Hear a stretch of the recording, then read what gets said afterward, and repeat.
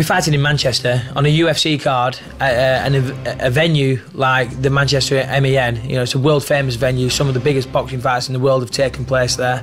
That to me, you know, it really is the stuff of childhood dreams. I think it's going to be the best fight of the night. We're going to have two guys who are hungry, who want to win, and who are just going to bring it. I've won 15 fights, you know, including the fights on The Ultimate Fighter, and I don't think he's going to be the first one to stop it. Victory is always sweet, especially when you knock out or submit the hometown favourite in front of his hometown crowd.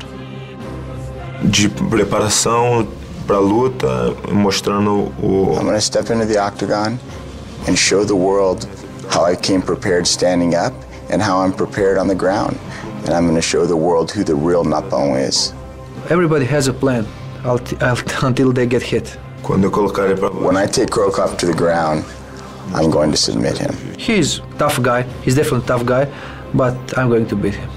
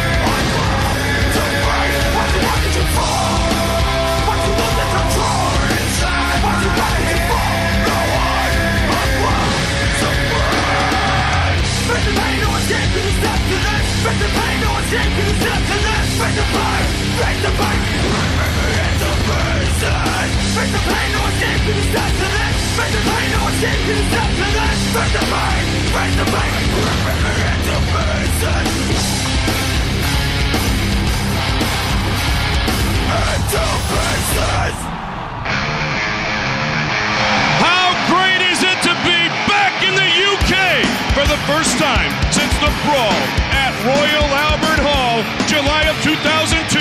The Octagon has made its way to beautiful England, and tonight inside the Manchester Evening News Arena, the MEN, nations will collide right here at UFC 70. Sold out. What a buzz we have in this building as the UFC, for the first time, is in Manchester, England. England's Paul Taylor prides himself on having superior cardio and the ability to simply outpace his opponent. Tonight, he joins fellow UFC newcomer Alberto Crocota, the Crocodile. Our tale of the tape for this welterweight matchup here in Manchester, England. The Brazilian Crocota, 24 years old, 3 years younger than the battling Brit Paul Taylor. Everything else is virtually identical. And when the action begins, our referee in charge of this contest is Herb Dean. Herb Dean is our referee. All right, touch ball, gentlemen. We've already gone over the rules. Ready to fight. Crocota, oh my goodness, he is a different dude. And Paul Taylor seems to be taking it all in good stride with a smile on his face. Well, he was like that at the weigh-ins yesterday as well, because Alberto was trying to game him into some things. And Paul Taylor runs at him. Taylor comes out immediately. Oh, good caught him with the right hand. Crocota in the green trunks, Taylor in the red trunks, and another good combination. Good leg kick by Crocota and good counter. Oh, caught him with a jab.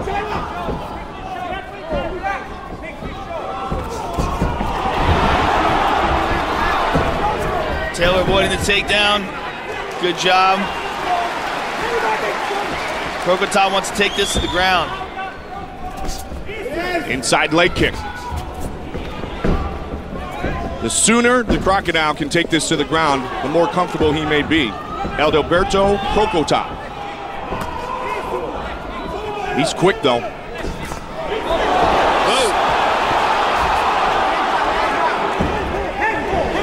They clinch again. Good right hand by Taylor. Paul Taylor, as I mentioned, an extremely talented kickboxer. The kickboxing championship that you alluded to, Joe, was back in 2000. He's won the Cage Rage middleweight championship prior, so a very well-experienced fighter with a good record of 7-1-1. Good kick by Krokotan, good counter by Taylor. Both men have been ready to counter, haven't they? Yeah, Krokotan seems to be more, it looks like he's winging right hands. You know, like he wants to really just get in one good shot. He landed a nice jab right there, blooding the nose of Paul Taylor. Caught him again. Good answer with the kick, though. He's catching him. He's settling down a little. In the beginning, he looked a little stiff. He's moving a little bit more fluidly now. Good leg kick. He's got a very solid leg kick. Caught him with the leg kick and then avoided the onslaught from Paul Taylor on the counter. Taylor's breathing out of his mouth now. His nose is bleeding. And he's probably having a hard time getting any air through it. Well, as we kind of expected with the relentless one and then a guy who really wants to bring it, we have seen these guys go after it early. This is an action-packed first 2 minutes of our first of 3 5-minute rounds. Yeah, Krokotan's got some pretty solid leg kicks. And look, see how he's throwing these punches? He's like bracing himself and then winging. See that? He braces himself, throws big bombs. Taylor comes forward, tries to catch him with a high kick. And a nice follow-up with a leg kick. Taylor really pushing it. Oh, he messed up there. Can he avoid this takedown? Krokotan's got a hold of him. He's got to get low. Krokotan's got his back. Krokotan has a good nice jiu-jitsu background.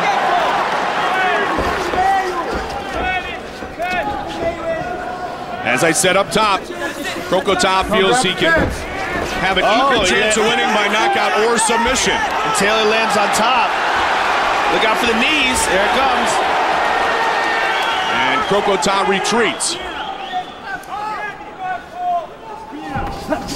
24-year-old against 27-year-old.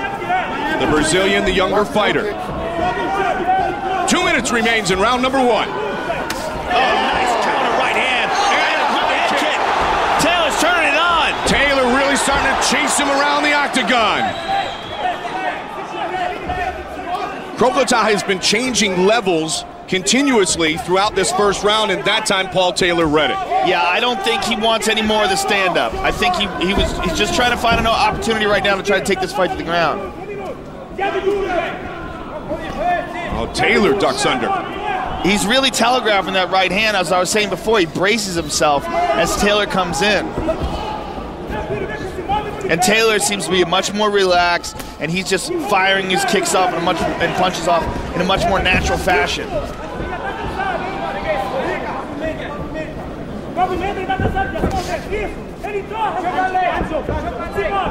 Paul Taylor is a tough dude. Once suffered a broken arm during a fight, finished the fight, and was victorious in that fight. Very nice leg kick right there by Paul Taylor. So he has taken punishment before. Basically blocked a flying knee with his forearm, Joe, and just went on and said, you know what, I can work my way to victory, and he did. Didn't even tell his cornerman. Wow. Can he get the takedown this time? No. Paul Taylor is, he's wearing him down, it seems. Paul Taylor, a huge fan of UFC Hall of Famer, heavyweight champion Randy Couture. Krokotan landed that one that time. Taylor seems to have his confidence building here in the latter parts of round number 1. He definitely seems to be the more fluid stand-up fighter. And right as he lands a nice kick and a knee. Right at the end of the round.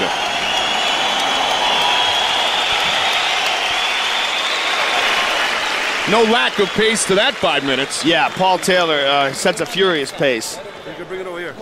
Let's go. You ain't got too much time. Sit down. Veteran cutman stitch. Take a look at the nose of Paul Taylor. Okay. Keep your hands up. Keep yourself cool, Paul. You're hurting him. Here's the punch that did the damage to the nose of Paul Taylor. A stiff jab by Krokotan. And that was it. And here's a nice Taylor elbow. Krokotan was working for the takedown. And here's a nice kick. flush on the face of Crocodile. Crocodile took some serious damage in that round. Good round for Paul Taylor.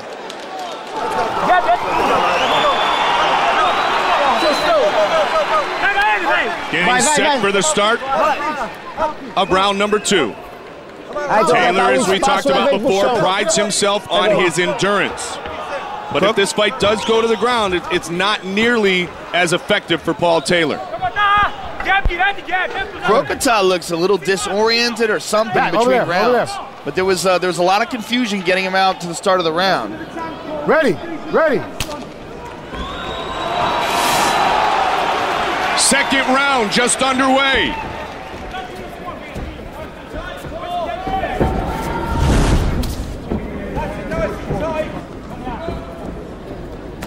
He's mixing up his strikes very well, isn't he, Joe? He's very solid in his striking. His combinations up and down are very good. I like the way he throws punches, then immediately when Crocodile's looking for the punch, he's coming in with the kicks. He's a very solid kickboxer.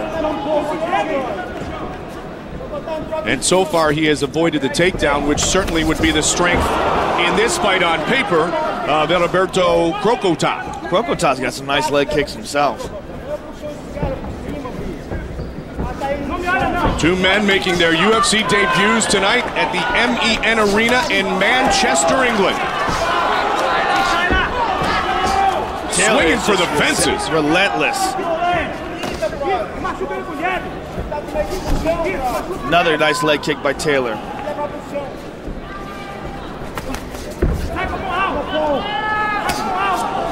Good jab.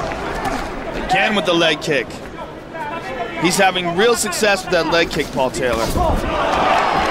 And there's no real pattern to Taylor's strikes. He doesn't make himself predictable, does he? No, not at all. And much contrast to the way Crocodile fights, where he just keeps winging that right hand and right leg kick.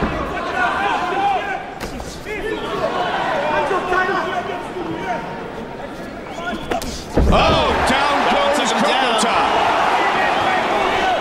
Now, if you're Taylor, do you want any of this? No, you want him right back up, don't you? Yeah, absolutely. He's dominating the stand-up here. Both men are connecting. But Taylor, in all likelihood, has the edge on the judges' scorecard. Yeah, I would definitely say he has the edge. I mean, both men are connecting, but Taylor's landing at probably a 2-to-1 ratio over Crocodile. And as it is tonight for the biggest of stars in the UK, Michael Bisping, this is huge for Paul Taylor, a man who has fought in some smaller shows here in his homeland, to have a chance to fight in the UFC in front of family and friends. Huge opportunity for Paul Taylor tonight. Yeah, Paul Taylor is very exciting. Taylor's got good movement, good head movement, and as Joe kind of talked about, he's really mixed things up very well thus far. Crocodile slowed down quite a bit in his second round.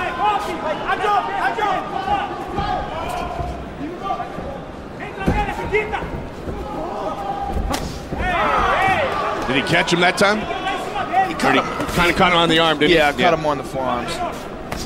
Oh, good nice combination. Right Taylor. Combinations. See how he does that? Just absolutely. Looking for the hands. Bang! Hits him with a kick. Again, he does it. And a good sprawl. Nice takedown defense. Not even close to getting that takedown. 1 minute, 46 seconds remains in the second round. Fight is scheduled for 3 5-minute rounds. Crocodile, when he lands that right leg kick, it's very effective.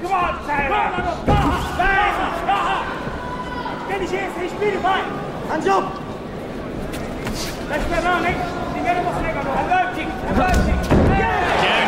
Again. Crocodile is hurting. Those leg kicks are doing some serious damage. He's starting to check even before Taylor's throwing a kick. And you can see the welt on the side of his left leg, Joe. Yeah, Taylor lands a few more of those, that could be it. And you've talked about it before, then if you're looking for a takedown, if you're looking to put some weight on your front foot to throw, it makes it so difficult because that leg is becoming very, very limp. Yeah, it's very weak. He's got no ability to sprawl, no ability to shoot. And Paul Taylor's very clever. He's working the inside of the leg as well, and again with the outside. And it's amazing that, and you see it a lot because these are some of the top skilled fighters in the world, but they can hit the very same identical spot every time. And that is the key to doing damage. I mean, but Taylor's just landed some serious damage on Crocota. Crocota looked for a body shot. Changing levels as he was doing early. He may be in search of another body shot here. But Taylor was able to defend. Again with those leg kicks. This is a very impressive UFC debut for Paul Taylor. Final 10 seconds. Guys were stepping away on the hammer. Crocota's got some serious swelling over his left eye as well. And that's the end of round number 2. Paul, how do you feel? You're winning this fight clearly. You're winning the fight clearly. You want some? Down. He's really struggling, Joe. Yeah, Crocota is really exhausted.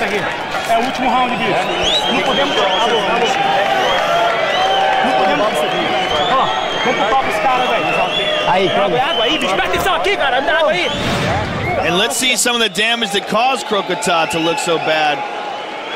Here's one leg kick that sent him down.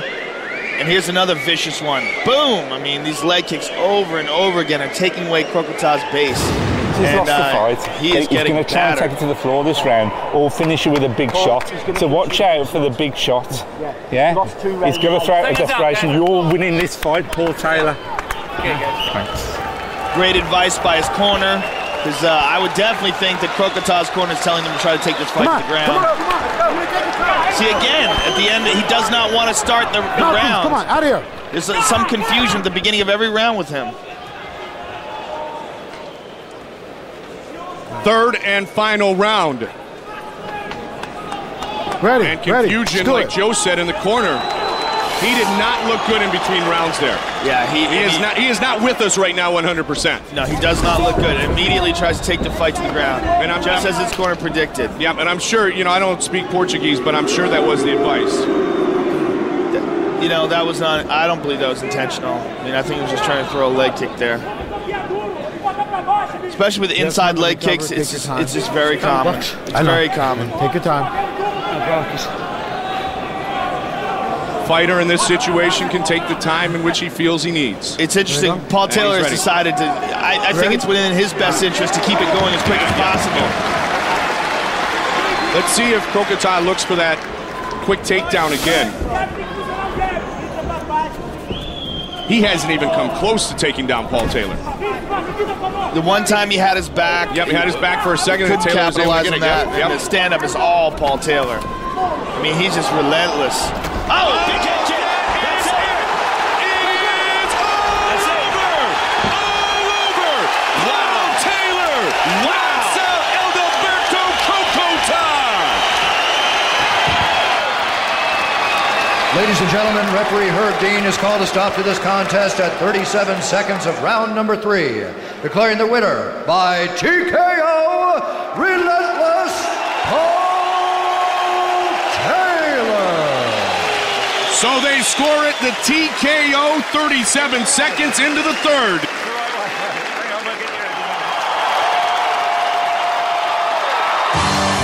Jess Leodon says he first sent an application to the UFC back in 1994. Now, 13 years later, he's made it to the octagon. Standing in his way, Dennis Siever, German kickboxing champ. Our tale of the tape for this welterweight matchup between the German and the man who was born in Évry, France, Jess Leodon. 33 years old, 5 years the elder of Dennis Siever. There is a bit of a reach advantage for Leodon. And when the action begins, our referee in charge of the octagon is Steve Mazzagatti. Steve Mazzagatti, our referee. Welterweight showdown between two newcomers, Jess Leodon and Dennis Siever. Right, here we go, guys. You ready? You ready? Bring it on, come on! Both these guys feel that they have similar styles to their opponent here tonight. So we may find out which man is better at. Oh, wow. And the Yes, other for the thing, wheel the other kick. man isn't. That would be a good way to start. Leodon's got some kicks. Camouflage shorts for Leah Dawn, black trunks for Dennis Seaver.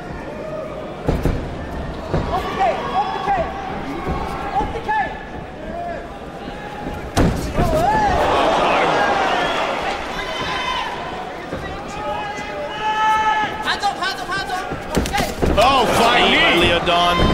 And down he goes. So nice job by Seaver trying to pass quickly. He's in half guard.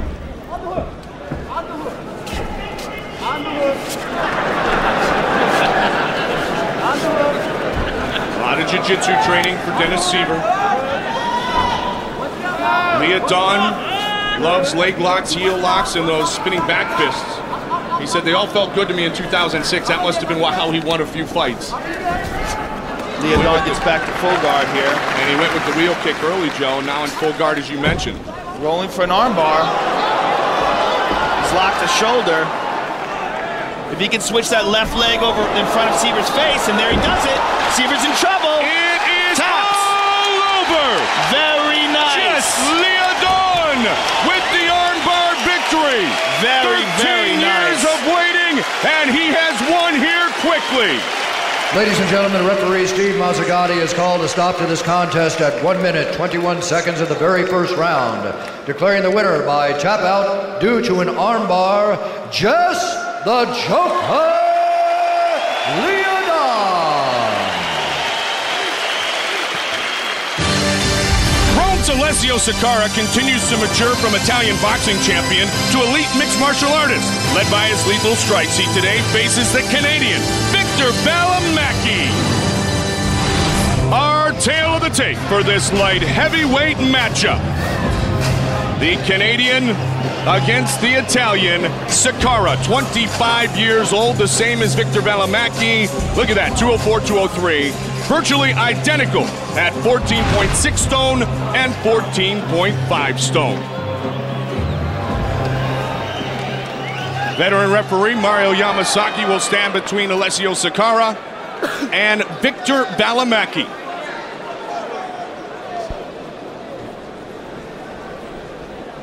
Sakara. Here we go. Are you ready? In training in Miami now. Let's go. So Come the on. travel was pretty similar to get over here to Manchester, England. First of 3 5-minute rounds. Little camo on the trunks of Sakara. The black trunks by Victor Balamaki. One thing you will notice about Sakara, if you've never seen him fight before, he has excellent hands. Italian boxing champion, Alessio Sakara. Balamaki went up against a man who has some pretty good hands of his own in David Heath in his UFC debut. Yeah, David Heath, who's also appearing later on this card, very solid fighter.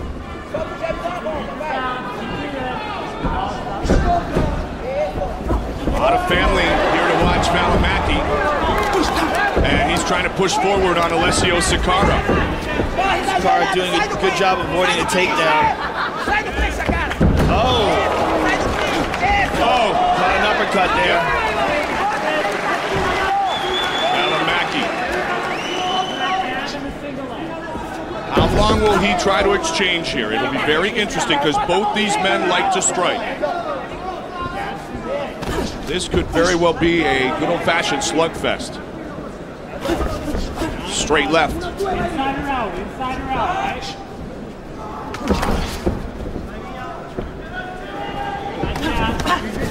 Balamaki handled that exchange, and now looks for the takedown.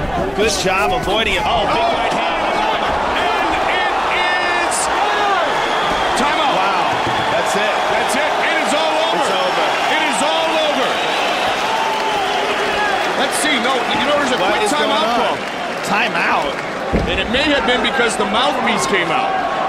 What? Because Mario Yamasaki went with the timeout. The T on his hands, Joe.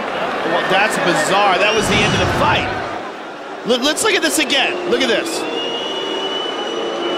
Bang. He gets hit with the right hand. The mouthpiece comes out. He turns away, but the fight was over. He turned his back to look away. It's back on now. Well, it's pretty much over now. It's over now. Now it is all over. Great young man, enthusiastic, and now he will have a great trip home to Rome because he goes home with his second UFC win. Bruce Buffer. Ladies and gentlemen, referee Mario Yamasaki has called a stop to this contest at 1 minute 44 seconds of the very first round, declaring the winner by TKO, Alessio Legionarius Sakara. London's David Lee was set back in his UFC debut, but tonight he looks to take the UFC by storm on his home turf as he showcases his skills against Junior Asuncao. Our tale of the tape for this lightweight matchup. David Lee is 28 years old, 3 years the elder of the Brazilian Asuncao. Lee has a reach advantage. They both weighed in at 155, 11.1 stone. And when the action begins, our referee in charge of the octagon is Herb Dean. Herb Dean, our referee. Lightweight matchup here in Manchester, England. Both men in search of their first wins here in the Ultimate Fighting Championship. Junior Asuncao and David Lee. Let's do it. And here we go. Asuncao in the gray trunks, David Lee with the camo. Right hand from Lee. Oh, Asuncao overwhelming him early. Got him up against the fence. They're trying to exchange knees. Got a good clinch, does Asuncao on David Lee right now, Joe. And now Lee trying to reverse.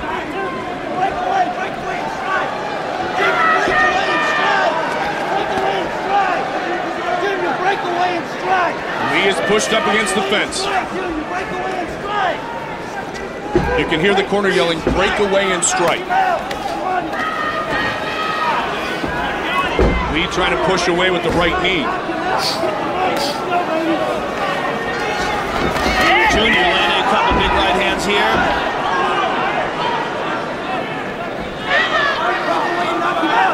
What's the most effective thing Asuncao could do from this dominant position? Well, he's not dominant yet. I mean, he's just pushing him up against the cage right now. What he needs to do is either, I mean, it's very difficult to land damage like this. I mean, he's either going to push away and strike with him or drag him down to the ground.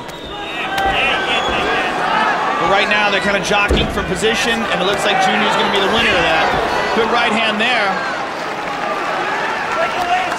Asuncao with a knee to the midsection. Good knee by Asuncao. He's overwhelming David Lee. Yeah. David Lee retreats, now regroups. David Lee comes with the overhand right. David Lee might be in big trouble here. Oh, right hand, left hook, right hand. Goodness, 1, 2, 3. And Lee's head is straight up in the air. They all leave the takedown. But right back up is Junior Asuncao. And Asuncao in close quarters, though, is getting strikes away, Joe. Yeah, he's landing some good shots from the clinch. He's got a body lock here. Well, you dance with Asuncao and you can be damaged, and we've seen that thus far. The leg on the hip, once again. Lee. He's just looking for a home run shot because he's in huge trouble.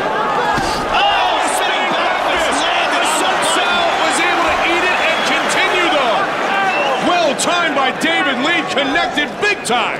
David Lee was yelling something to his corner, asking him a question. I think he was asking how much time is left. 2 minutes and 23 seconds in round number 1.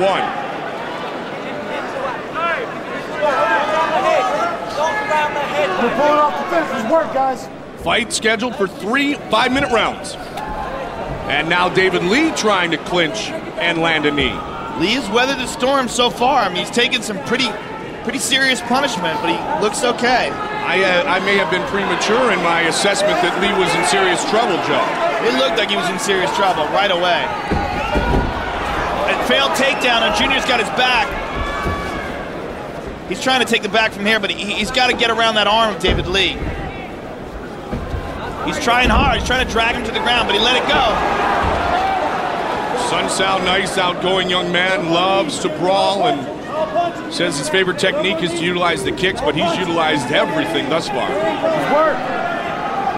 Don't grab the fence, Junior. Stop.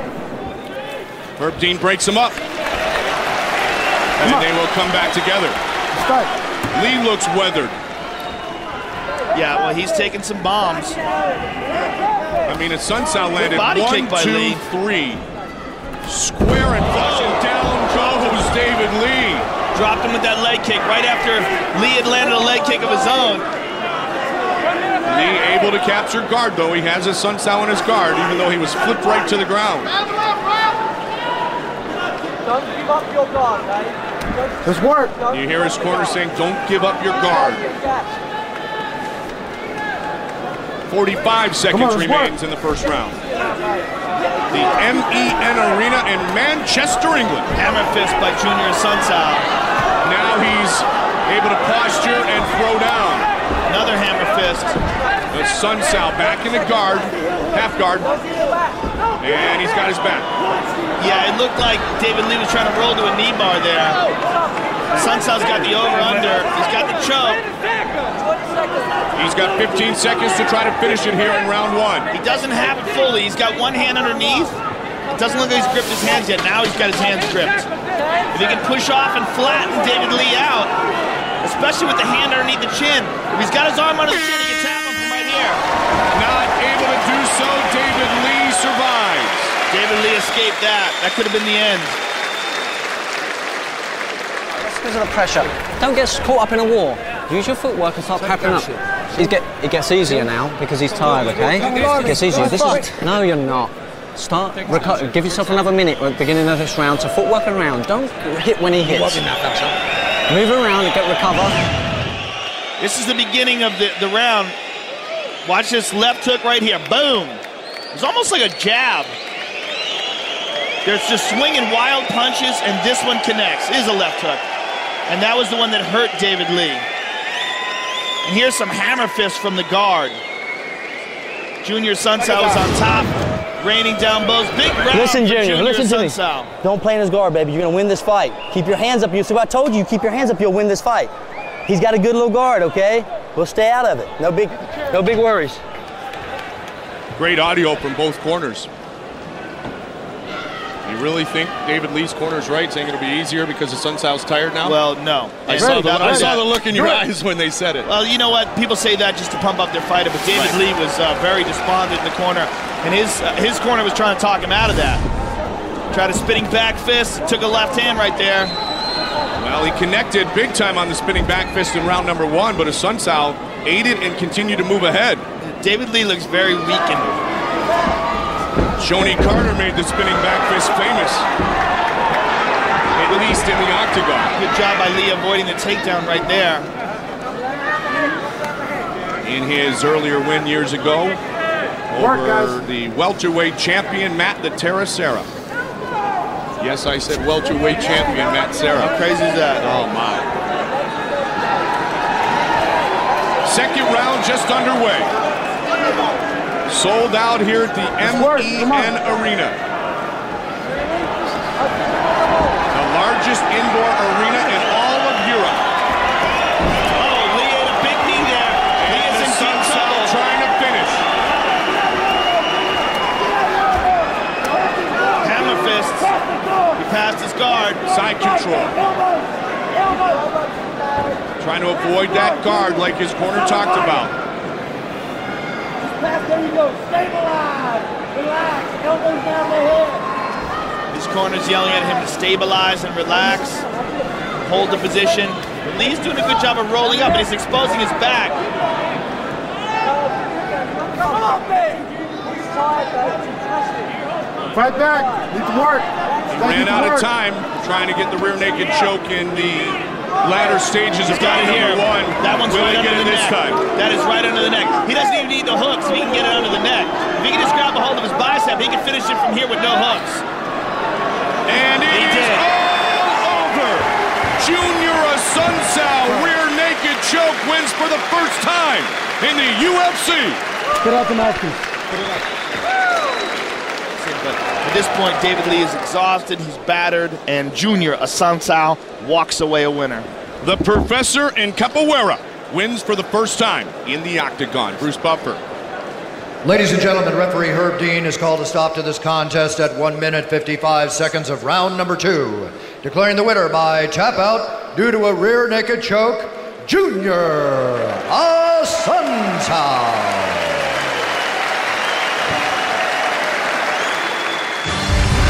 Grice is one of the most decorated high school wrestlers in the history of the state of Oklahoma. He's also 9-0 in mixed martial arts, as is his opponent tonight, Liverpool's Terry Edom.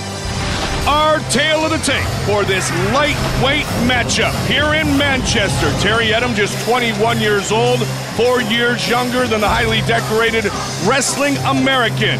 6'1", but just a 2-inch reach advantage. 154, 155, 11.0 stone, 11.1 stone. And when the action begins, our referee in charge of the octagon is Steve Mazzagatti. Steve Mazzagatti, our referee. 9-0 against 9-0. Terry Edom against Matt Grice. UFC debuts for both young men. All right, guys, you ready? You ready? Bring it on, come on! Here we go. Let's see if that reach, although it's a 2-inch advantage, if that reach advantage is utilized early by Terry Edom. And you know Matt Grice with his wrestling would love to take this fight down. Left hand by Edom. And comes to his body knee. And there's the big takedown. Edom is a little bit too overcautious. Excuse me, a little bit over anxious right there.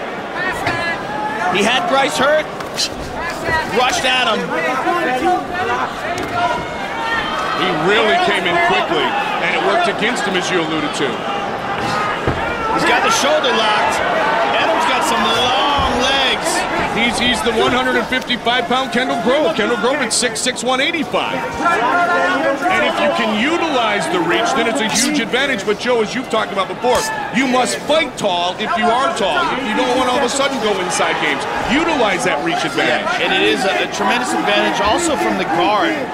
There's triangles and arm bars and all sorts of things that you can get with long legs you can't get with short, stubby legs. Show your hands. Grice has looked very, very good against the lesser opponents he has fought, but tonight a showcase matchup for both men. Overwhelming in his ground and pound, even from in the guard. What was a good strike by Edom, which stunned Grice, turned into advantage Matt Grice. Yeah, Edom made a mistake there, just charging in a little bit too quickly.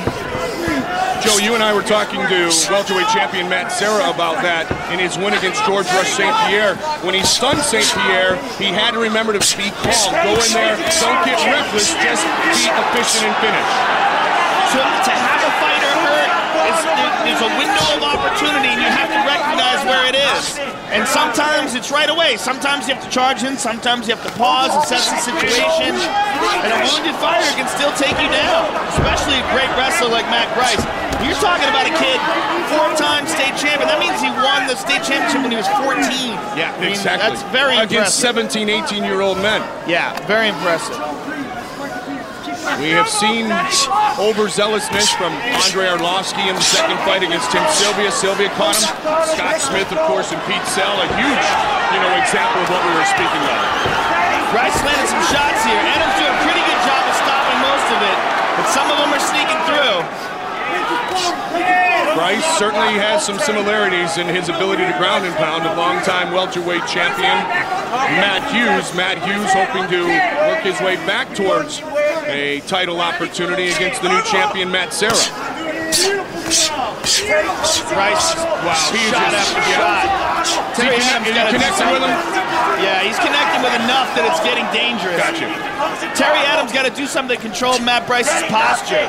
He's got this body triangle, but he doesn't even have that fully locked. He's got it better now. It's deeper over the ankle. What he really needs to do, though, is do something about Matt Grice's upper body.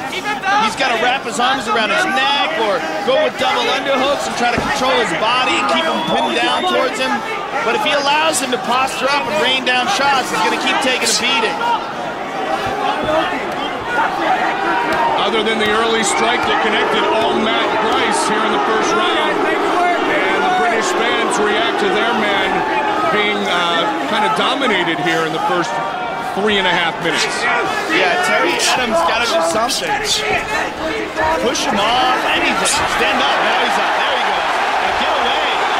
Terry Edom is up. High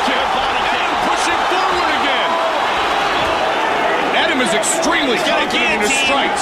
Edom's got a guillotine. It looks deep.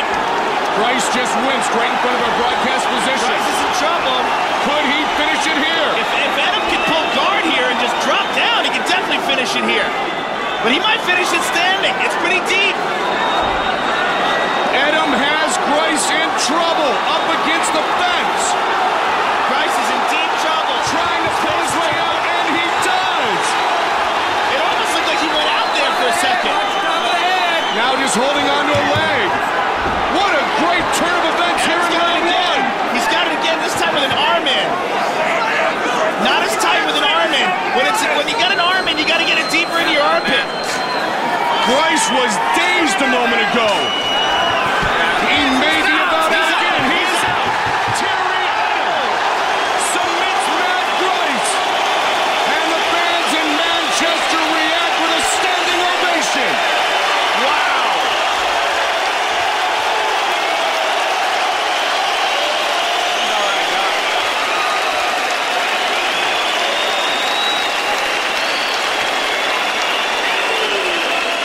Ladies and gentlemen, referee Steve Mazzagatti has called a stop to this contest at 4 minutes, 48 seconds of the very first round, declaring the winner by submission, Terry Edom.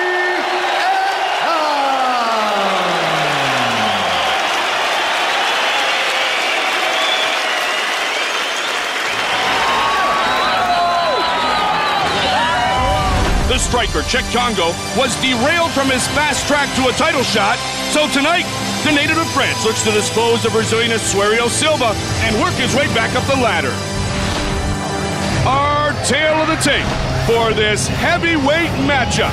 Czech Congo, 31 years old, 1 year younger than Suerio Silva. Look at the reach, 78 inches, 5 inches more reach for Congo than what Silva will bring into the octagon tonight. Congo weighs in at 16.4 stone, Silva at 17.2 stone.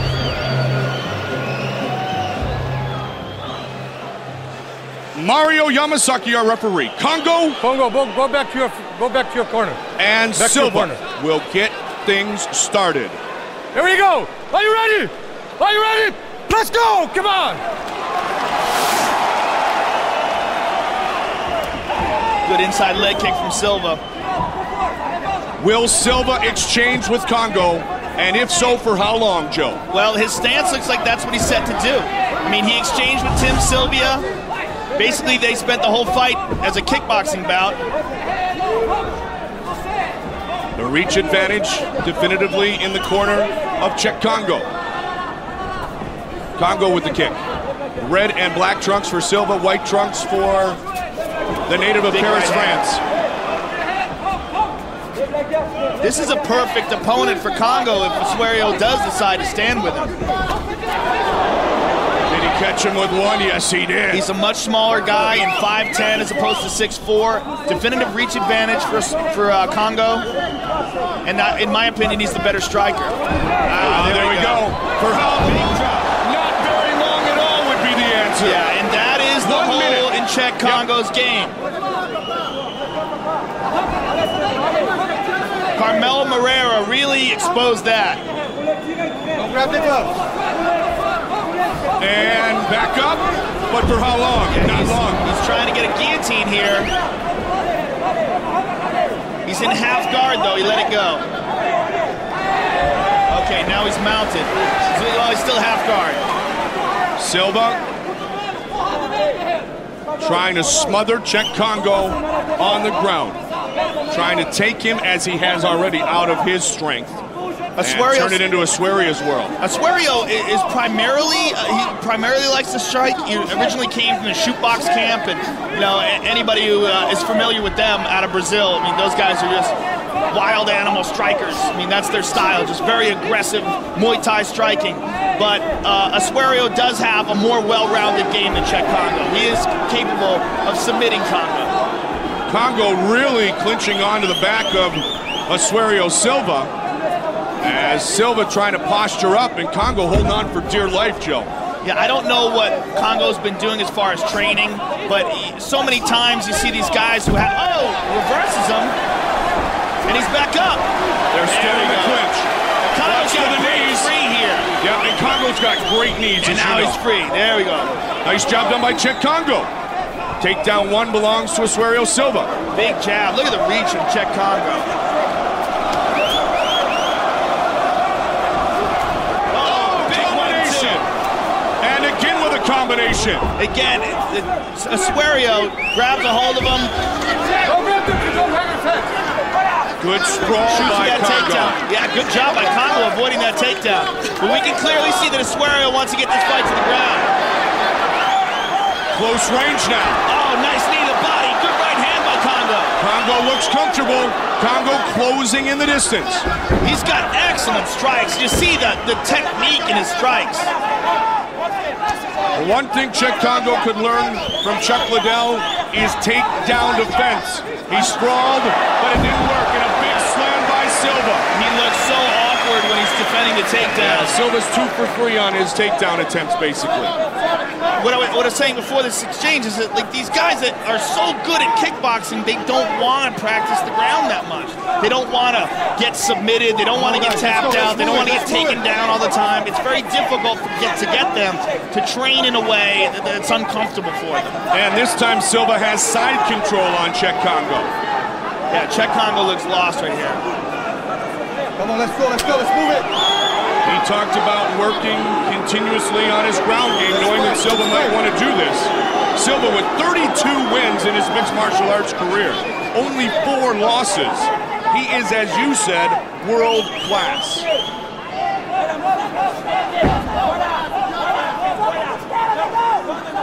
These men trying to move up in the heavyweight picture.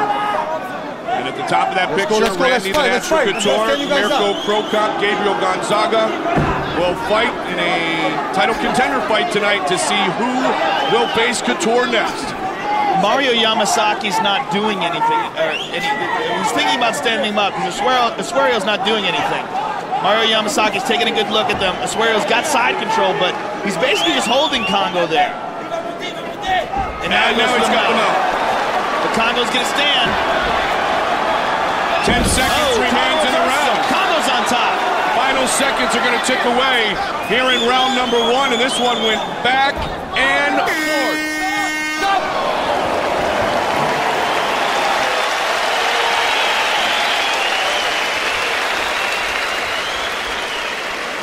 Tu le maraves, mon ref.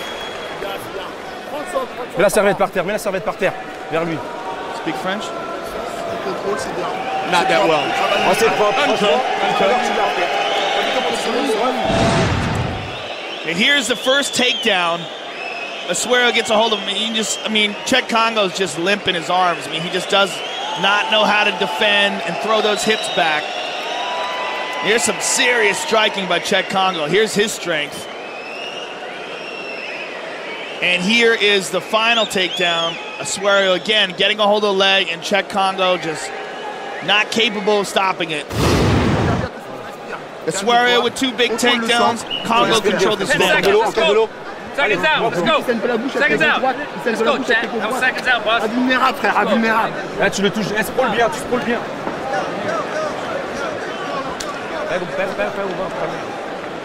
I don't speak Portuguese either. Asuero Silva, Czech Congo. Wow, they are both anxious to get the second round started. I would imagine Czech Congo's team is saying, stand up, keep him away. Let's go! Asuero is saying, take him to the ground. Inside leg kick. The MEN Arena in Manchester, England. First time in the UK since 2002 in the brawl at Royal Albert Hall.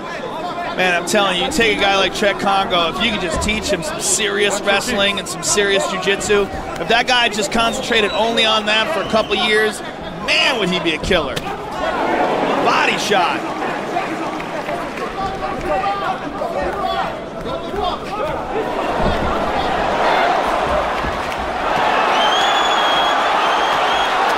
Asuero's hurt. And teeing off is Congo. Congo trying to finish it. Asuero's counters are just falling short because of the reach disadvantage. Congo's just moving just outside of his range, connecting over and over again. Caught him again. What a massive reach advantage he has. Good sprawl there by Congo. But he should shouldn't be grabbing him with the leg. He should be just getting out of there. He's got such a monster advantage on his feet. Now he's on his back. Silva ate something there, didn't he? He ate a lot of punches. Congo with that long reach, Joe, that you talked about, just able to tee off with combinations, but the ground game purely dominated by Asuero Silva. Good back and forth battle here.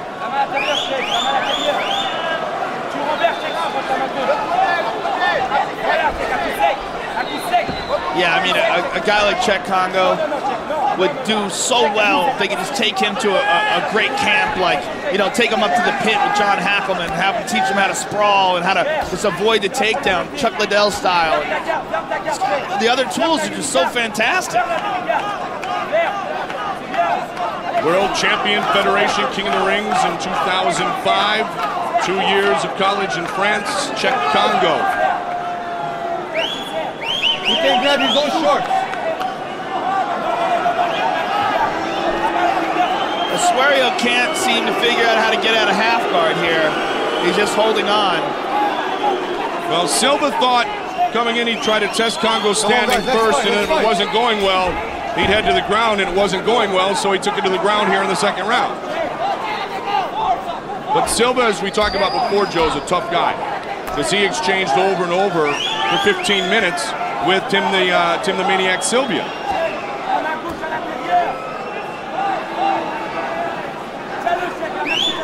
Past the midway point, 3 5-minute rounds in this heavyweight battle to begin things here in Manchester. Asuero's been able to get on top over and over in this fight, but he hasn't been able to do anything once he gets there.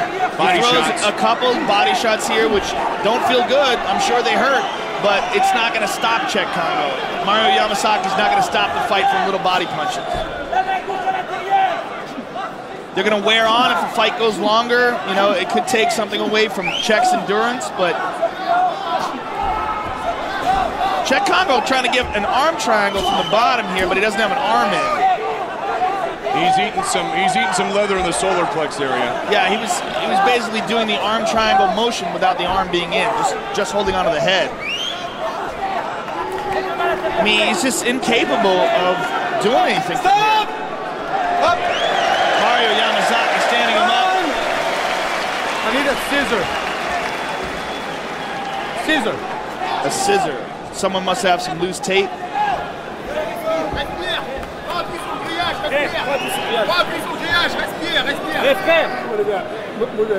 Stitch is there. Cleans up the tape. And we're set to go. Ready? Are you ready? Go! Congo's back to his feet.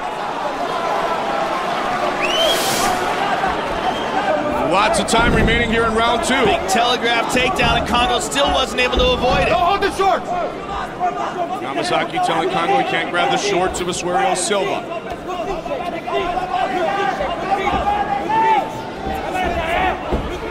Congo back up and down.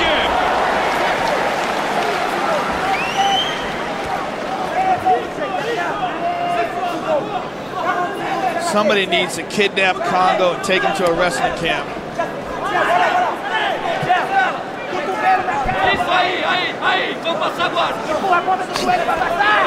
Just grab that dude and tell him, no more kickboxing for 6 months. We're just gonna wrestle. Final 30 seconds. Joe, this is an even fight right now, isn't it? It's an even fight, but it's kind of a boring fight, honestly. You know, Asuero gets on top, he doesn't do anything. I mean, he is able to take the fight to the ground, but once he gets there, Czech Congo holds on. Asuero throws body punches, repeat ad nauseum. I mean, it's not the most exciting fight. Second round complete.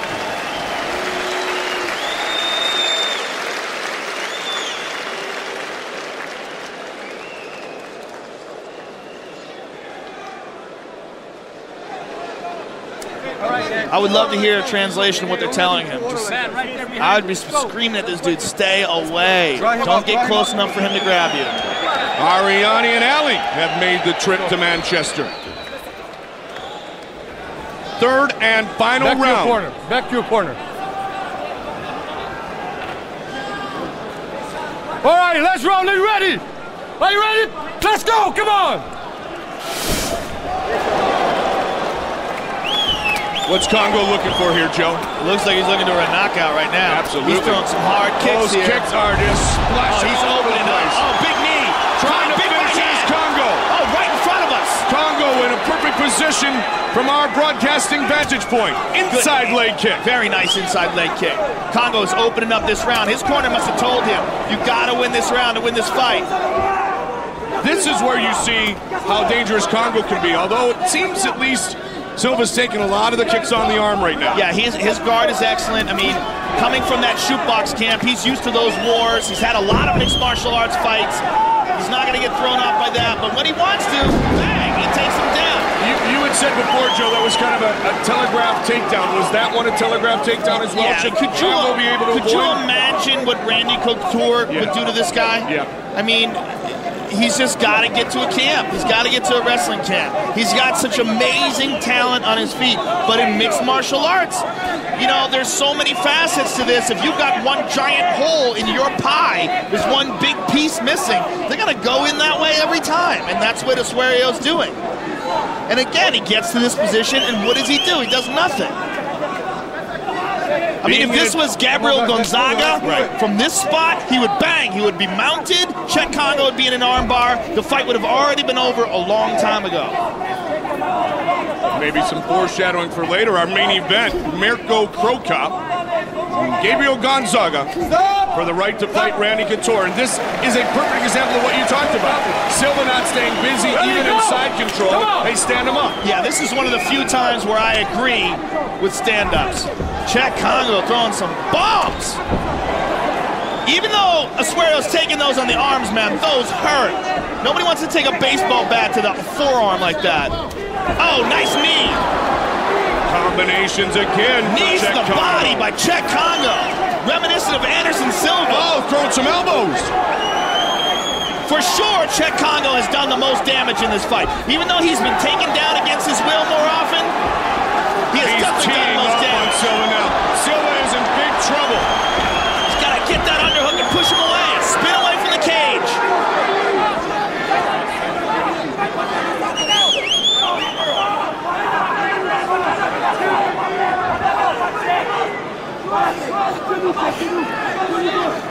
Come on, guys, let's move it, let's move it.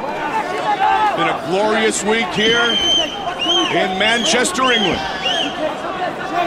And the buzz has been all around town. The posters, the cabs with Randy Couture pictures. Oh. The UFC is here. Oswerio tried to pull him down and wound up on the bottom. And he's exhausted right now. This could be dangerous. Under 2 minutes remains in the fight. But Chet Congo is not able to pass that guard. He just doesn't know how to pass it. Tries right there, winds up in full guard. Would you have rather seen him just stand back up and make yeah, for sure, yeah, right? 100%. Why bother? Yep. I mean, the only reason why he decided to go down is because Oswerio's not threatening him with any submissions. Gotcha. But this is not his game. You know, especially with 1 minute and 20 seconds left. Well, now he's got him pinned up against the cage. Well, the flurry, Joe, at the beginning of this third round may virtually be the difference in the decision going in the way and in the favor of Chet Congo. Because he really came out with fury at the beginning of the third. This is one of those cases where, Mike, even though Chet Congo's been taken down against his will numerous times, Oswerio Silva's been completely ineffective once he's taken him down. He hasn't done anything but throw little body punches. I would give this to Chet Congo. 45 seconds away from a potential victory for the Frenchman. If I was in his corner right now, I'd be screaming, get out of there, that guard's wide open. Stand up, get out, blast this guy. I mean, there's no way he can get the same amount of impact into his punches from this position in the guard as he could if he was standing up. Big cut over the head of huge cut now, huge cut. Opened up by an elbow from Chet Congo. Well, someone needed to take advantage of the third round. And and the 6'4", 240-pound Frenchman, Czech Congo, certainly has done so. Yeah, if I had to guess, I would say it's going to be 0-3 for Ossuario in the UFC. Eddie Bravo, black belt in Brazilian Jiu-Jitsu.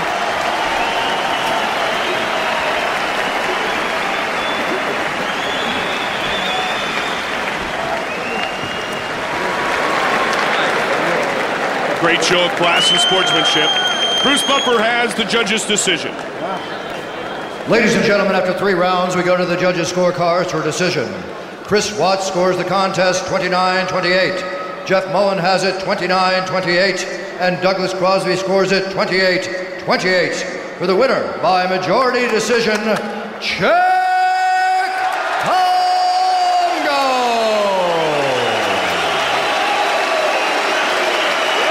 Majority decision victory for Czech Congo. The Brazilian Lyoto Machida and the Oklahoma native David Heath are 2 light heavyweights who are more than willing to strike. Tonight, Heath pits his pinpoint accurate strikes against the unorthodox and very flashy Machida.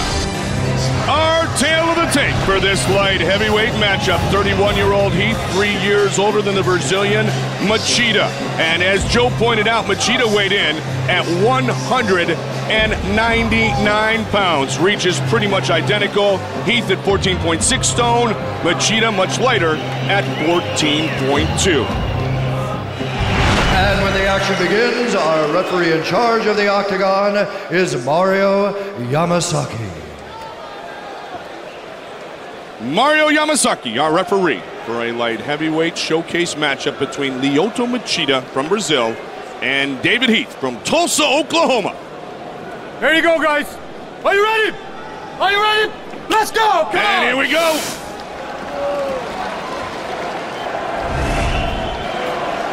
Heath in the black and the camo, Machida in the green trunks. David Heath immediately throwing some feints, trying to gauge Machida's reactions. I'm sure he's watched tape on Machida. Machida's a very unorthodox fighter. He's very elusive. He's got a very versatile attack. Good inside leg kick from the southpaw stance. And Machida will change things around, won't he? His stance, his posture, his angles. He loves to be unorthodox. Yeah, he's very intelligent in his approach. I mean, I really like the way he fights. He's there and he attacks, but he's elusive. When guys are looking to counter him, he's not there. And I think it might have been a part of his strategy to come in at 199. I think that might, he might have worked to get lighter so that he could be even more elusive.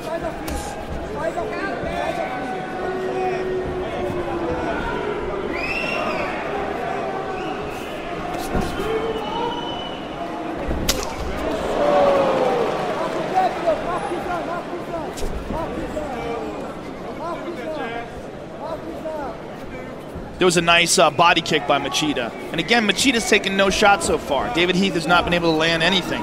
And that was the case in the Sam Hoger fight. It was very difficult for Hoger to get a hold of Machida. You see how elusive he is? Absolutely. Which is a very intelligent approach in MMA. I mean, especially if he can get a guy to lose his composure and to try to attack. Oh, that was a huge body shot. That's what I'm talking about. And that brings a smile to the face of David Heath. And Joe, as you've said many times, that means he hurt him. Yeah, that's almost always gamesmanship.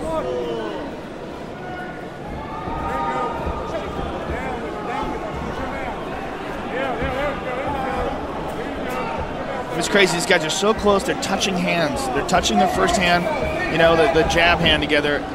And that's easily close enough to throw a kick. And there it is. And exactly, as soon as David Heath tries to attack, Machida's not there. Oh, head kick. Just missed. That grazed him. Just missed. He is so explosive, Joe. Yeah. I really like his style. It's very different than anybody else's. And as you pointed out, too, he's extremely cerebral in his approach. Yeah, it's an unusual and a very studied approach. Grew up around karate, of course, his father, karate man for a lot of years. And he's got a full game. I mean, his ground game is excellent as well, which is one of the more impressive things about him. When he fought Sam Hoger, he didn't just dominate the stand-up, he dominated Sam on the ground. And Sam Hoger has an excellent Brazilian Jiu-Jitsu game himself.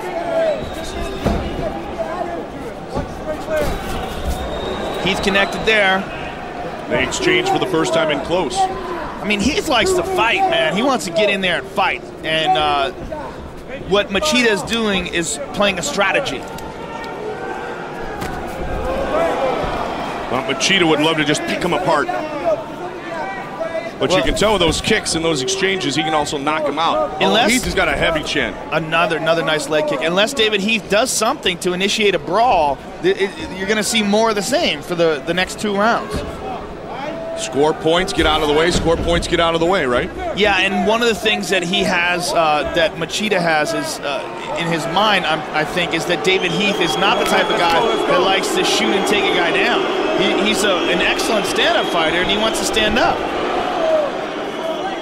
1 minute, 12 seconds remains in the first round. Fight scheduled for 3 5-minute rounds. So far, David Heath, even though he has not been able to land, is not losing his composure. He's just slowly stalking Machida and looking for his openings. Now he takes a wild swing. That's what I'm talking about. Almost caught him when he's got up, though. Almost caught him with the left when he got back up. It looked like Heath got caught a little bit in that exchange. It's tough to see. And there you see the changing of the stance again by Machida. Southpaw, he switched over to a lead left leg and threw the kick. Heath has got to figure out something to get going. It looks like he's trying to spin again. You notice how he's got his front foot forward and it's turned to the side, and Machida kicks at him. If you see his foot pass in front of his back foot, that usually means he's trying to throw his back hip around for a spinning kick or a spinning back fist. Or it can mean he's trying to throw a front leg side kick or a front leg roundhouse kick. 10 seconds remains in round number 1.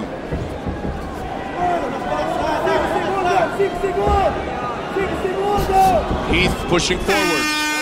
He's got a weld on his midsection from that big kick of Lyoto Machida's here in round number 1. He threw his hand up to respond to the crowd's boos.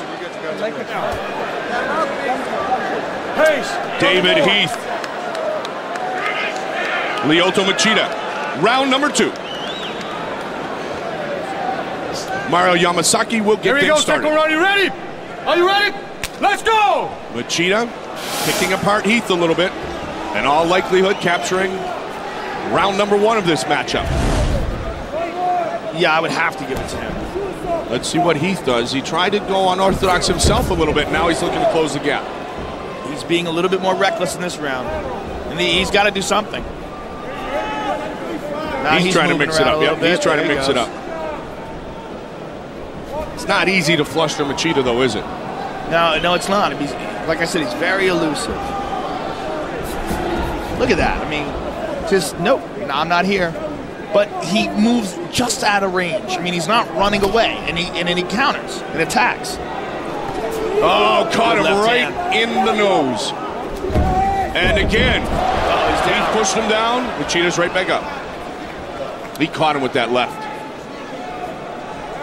A minute into round number 2. Mike Goldberg, Joe Rogan, our crew at the Ultimate Fighting Championship, thrilled to be in Manchester, England. Machida also uses angles very well when he moves away. He doesn't move straight back. He's moving away and to the side. And he does it a different way each time. Nice, again with the body kick. Answered by Heath. And that's from a feint and then an opening. He looks for that opening and bang, just launches it in there. Heath still pushing forward though, Joe. Oh, spinning back fist. That landed. So he tried the big kick and now the spinning back fist. He scored with the back fist. Yeah, David Heath is always dangerous. Blocked that one. The crowd reacting. It's like being in a Manchester United game. What a great crowd here in England. Sold out in what is the largest indoor venue in all of Europe. The MEN Arena. Under 3 minutes remains in the round. Change of stance for Machida. Big swing and a miss by Heath. Machida constantly switches from left foot forward to right leg forward. And when you see that the right leg back, he's usually going to throw a right leg kick. Bang, there it is.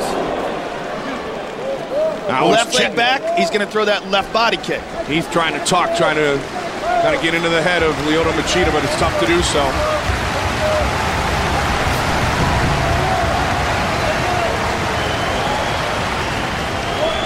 Oh, and a body kick. He just snaps those hips, Joe.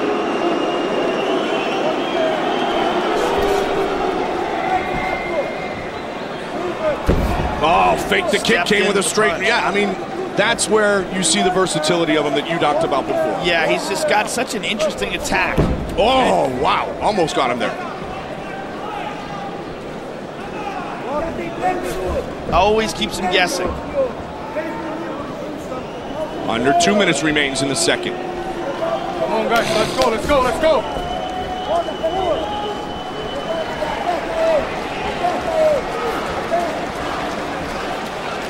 I mean, there's not a whole lot of action in this fight, but it's still a very exciting fight to me because you can clearly see the two strategies playing out. David Heath is not sure what he's got to do to crack the code, and Machida's just looking for openings. He decided to try to shoot there. Machida avoids him, lands a jab. Now he's talking to him. He's got a score against him, though.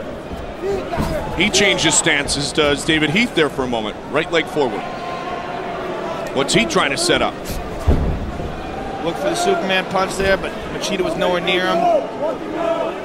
He's got to do something to pressure him more, to put more pressure and to be more aggressive to him. He eats a knee to the body.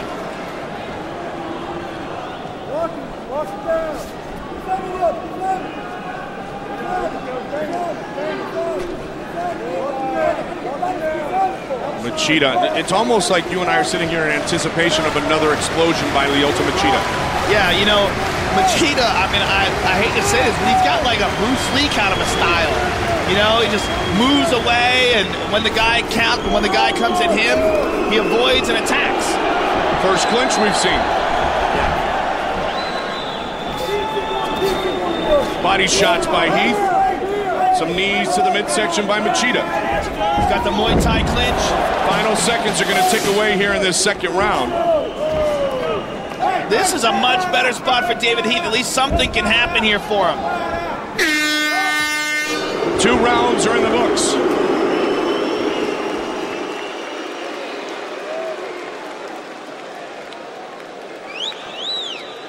Ariane, Ali Sonoma will be here all night long. Bisping set to face Elvis Sinisek, the king of rock and rumble.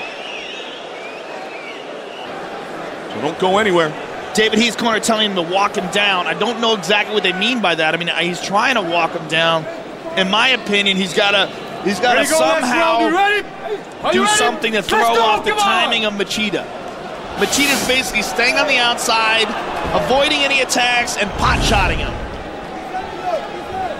Left leg back, look for the left kick to the body with a straight left hand. Right leg back, look for the right leg kick. Joe, for an opponent, how difficult is it when the guy coming at you changes stances? How much is that confusing to an opponent? It's very confusing, especially if you're trying to time something. I mean, if you're looking at what he's doing, he's throwing right hands and right leg kicks, like bang, right there. And then all of a sudden the right leg's forward. You're like, okay, now what? And I mean, he's constantly making David Heath think. Like I said, he's got a very intelligent approach. It's just David Heath doesn't quite have the tools to make this a really exciting fight, or to make this a really competitive fight. David Heath is he's a great boxer, he's a great sprawler, a great brawler, but what Machida's doing is just pot-shotting. He's not engaging in any reckless exchanges. Well, he needs to, or he's going to lose the decision. Machida is. Yeah, for sure, but Heath needs to start to go and start to get into those relentless attacks, or he's going to find himself on the bottom of the scorecard. Yeah, he's got to do something to throw Machida off. Fake attack, stomp the ground, move towards him, get him to think, shoot for a takedown, fake a shoot, throw a punch. He's got to do something. But you know what? That's easy to say from right here. When you're in there and you got this little lightning bolt in front of you blasting kicks to your body and punches to your face. Oh, landed a shot there. 3 minutes, 20 seconds remains in the fight. To David Heath's credit, he hasn't lost his composure. Bisping Sinisek, Andrei Arlovski for Vicio Verdum. Gonzaga and Krokop still ahead here tonight at UFC 70.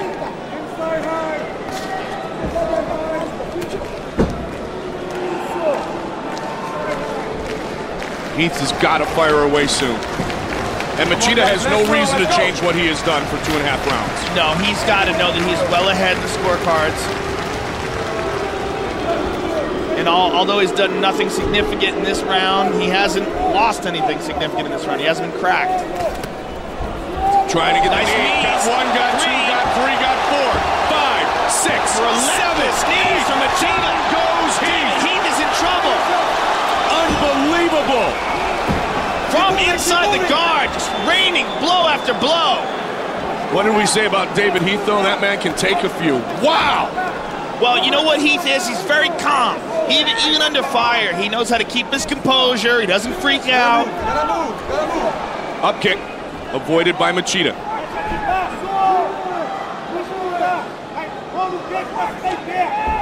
Wow, did he unload?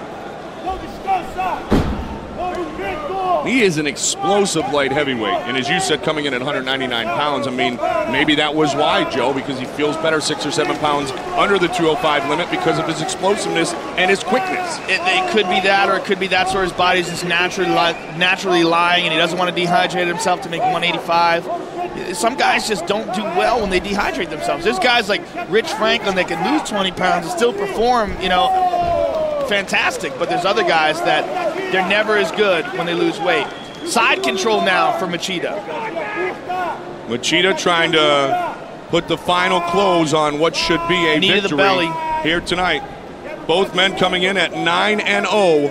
And as you said earlier in a preliminary fight, one of these O's must go. Will it be Heath or Machida? Right now it seems like Heath will be defeated for the first time. Easy pass right there for Machida. Now Machida's in this position that Matt Hughes enjoys so much. He's in side control with one arm trapped in between his legs and the other arm trapped behind his head. And dropping elbows.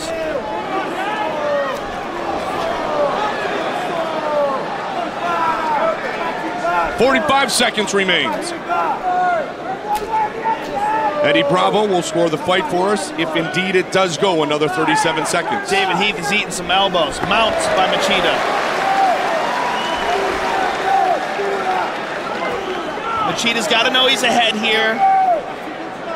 30 seconds to go. I'm sure he would like to finish it, though. He's got his back. Will he do it here? David Heath rolls out of it. He's only got 18 seconds. He rolls out of it right into the back position. It's not good. He's flattened out now. He's exhausted as well. Either way, he will claim victory.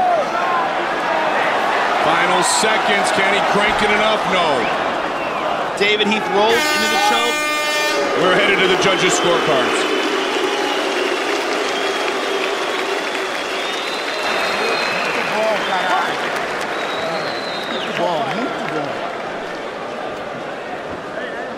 Bruce Buffer. Ladies and gentlemen, after 3 rounds, we go to the judges' scorecards for a decision.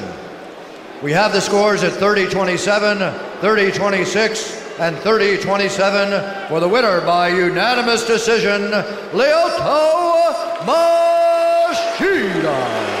No surprise there, unanimous decision victory for Machida. He is 10-0 in his mixed martial arts career.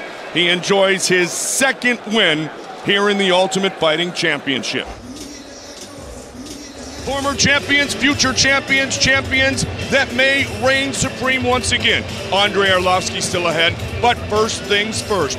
Beloved here in England is England's own Michael the Count Bisping, another young man who benefited from the Ultimate Fighter experience. Joe Rogan, when you talk about Michael Bisping, this man was absolutely the creme de la creme at 205 in the Ultimate Fighter 3. Yeah, he's an excellent fighter. He's got great strikes. He's got a great heart. And more importantly, he loves to fight. The man enjoys the competition. He loves getting in there. He loves being victorious. He has all the tools and all the skills to make a great career for himself.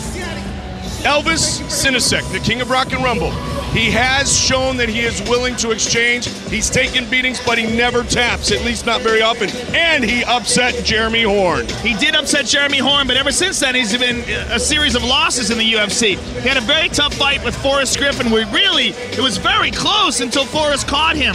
And mostly that fight was a stand-up exchange. And he has said that that's what he wants to do in this fight. He wants to force Michael Bisping into a stand-up exchange, and he wants to stop him in front of his hometown crowd, which would be crazy. Tonight, Michael the Count Bisping wants to validate his place as Britain's best opportunity and most decorated fighter who has the best chance to become a future UFC champion. MMA in England was already getting pretty big. More people were starting to take notice. But now, you know, with the UFC coming in and doing it properly, you know, all the other organisations, let's be honest, are just fakes. You know, they're just wannabes of the UFC. So now, you know, we've got the real deal. We've got the proper firm in. The boys are here, and yeah, they're going to take it all to the next level. And it's very exciting times for England. There's a big knee. Team up again. Oh, this might be it. That's it. Michael Bisping is the ultimate fighter. Oh, caught him big time. He took a big kick to the head there. Wait for a second. Oh, he's in trouble. And it is all over. Michael Bisping has defeated Eric Schaefer.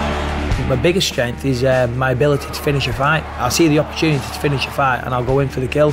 Anyone who's not sitting back and taking notice of me, you know, they've got to be a fool. A lot of people think I've been brought in to lose to Bisping. You know, he's the big name, he's the up-and-comer, he's the undefeated fighter. Simply, I'm here to fight and I'm here to win. Whoa, nice left hook and right hand. Good counter punches by Elvis. I have a lot of respect for Elvis. I know he's a tough opponent, but a lot of people are expecting me to win. He's fighting in front of his hometown crowd. There's got to be a lot of pressure. He's expected to win. He's an undefeated fighter. I've won 15 fights, you know, including the fights on The Ultimate Fighter, and I don't think he's going to be the first one to stop it. It's not like he's undefeated. That's what makes me dangerous, and I hope he realises that, because if he doesn't, he's in for a world of hurt. I think if it hits the ground, he could be in a bit of trouble. Doing jiu-jitsu is great. Doing jiu-jitsu when someone's punching you in the face is a completely different thing, and we'll see what he's like at that. I need to have this win now, and I'm just looking for it. I just want it. I need it. Unfortunately, you know, that ain't going to matter on the night, because, you know, it's going to be another win. It's going to be another KO or submission or whatever in the first round. Whatever goes on, you know, I'm going to be the one that's winning that fight.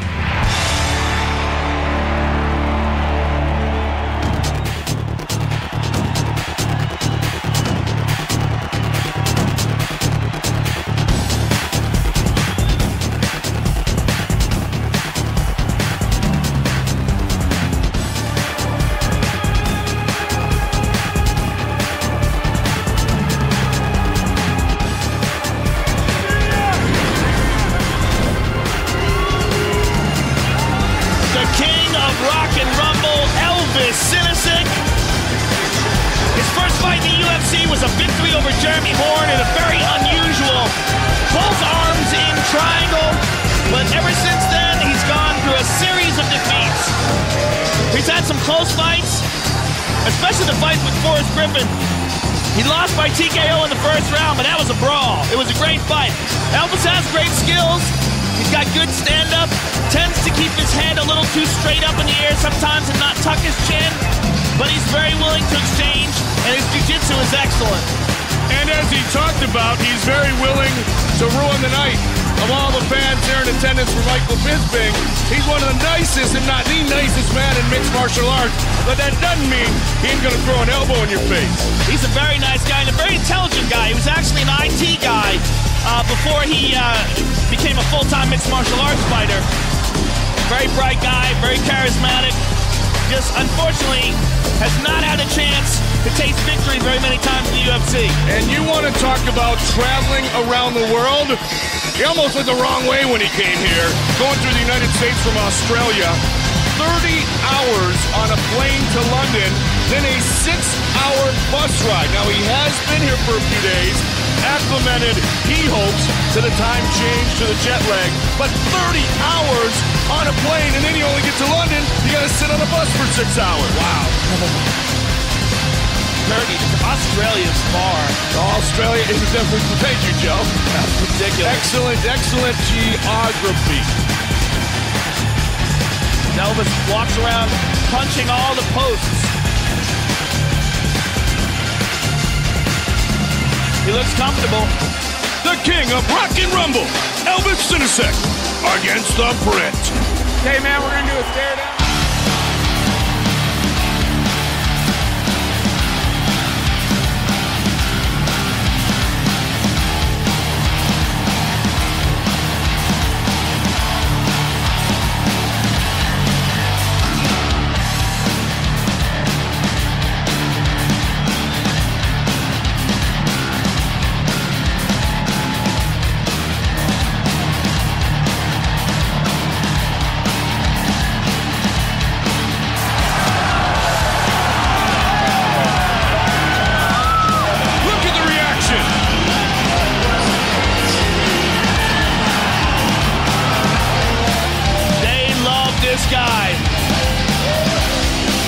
A little anxious to get this thing started? I think he's going to come out flying.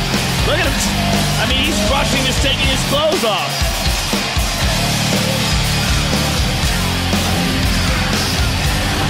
Michael Bisping. Mixed martial arts career record of 13-0. His son, Caleb, in attendance for the first time to watch his father fight live tonight. His fiancée, Becky, his father, Jan, are all here, as are hundreds of Bisping fans.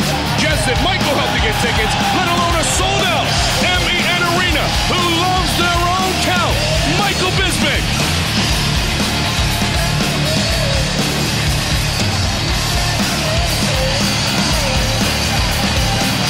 Man is under a tremendous amount of pressure tonight. Yes.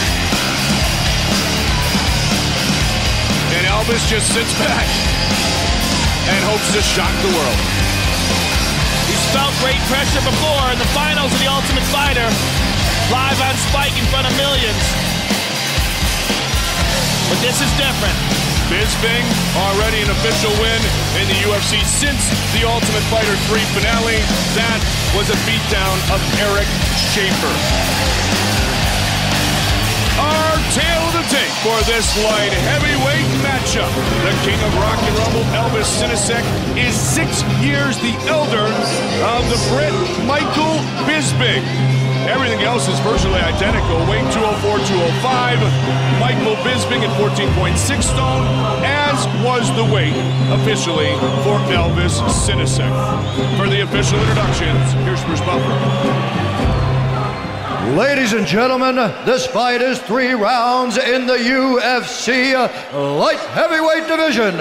Introducing first, fighting out of the blue corner, a mixed martial artist holding a professional record of 8 wins with 9 losses and 2 draws. He stands 6 feet 3 inches tall, weighing in at 205 pounds, 14.6 stone. Fighting out of Sydney, Australia, the king of rock and rumble, Elvis Sinasek. And now, introducing his opponent, fighting out of the red corner, a ballet judo fighter holding a perfect professional record of 13 wins with no losses. He stands 6 feet 2 inches tall, weighing in at 204 pounds, 14.6 stone. Fighting out of Liverpool by way of Manchester, England,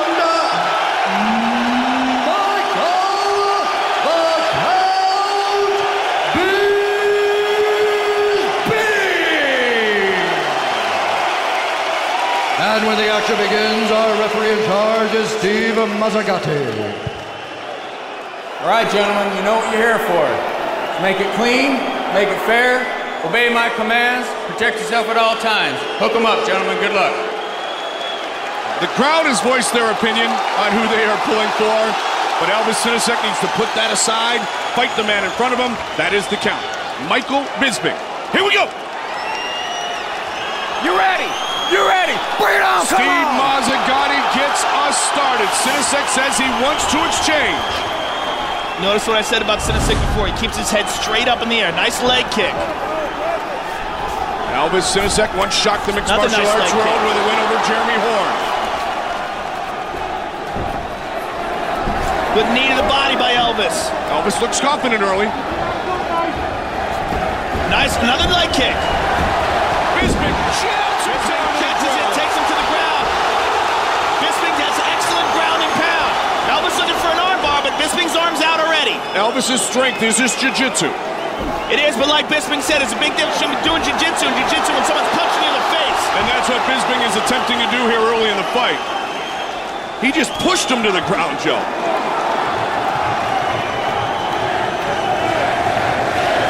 He's got to be careful here, though. Elvis does have a very tricky guard. Anybody that can catch Jeremy Horn in a triangle has got some skills. Elvis is rolling his legs over. Listen to this building, partner. Is this any good or what? Bisping, when he was on the show, trained with Tito Ortiz. He was on Tito Ortiz's team, and I'm sure he learned a lot about the ground and pound from that man. Speaking of Tito Ortiz, Elvis Sinisic fought Tito Ortiz at the brawl at Royal Albert Hall the last time we were here in the UK.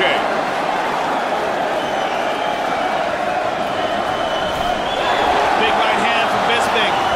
Bisping is ultra confident. He first competed in an under-12 British martial arts Elvis has got to get out of there. Away on Elvis. Elbows, trying to posture up and get some leverage. And Elvis does so. Elvis has got to do something. Bisping's landed some bombs. He's getting hurt. We have seen Elvis sustain, though, this kind of stuff. That's the amazing thing about Sinisic. Yeah. That one is going to leave a mark. I don't know about this. He's not going to sustain these. Wow. Bisping is furious. He's relentless with these punches. Hammer fist, punches. Elvis has got to do something to control Michael Bisping's posture. He's got to push his head to Bisping's chest, try to control his upper body, bring him down, do something. All Michael Bisping, midway through round number 1.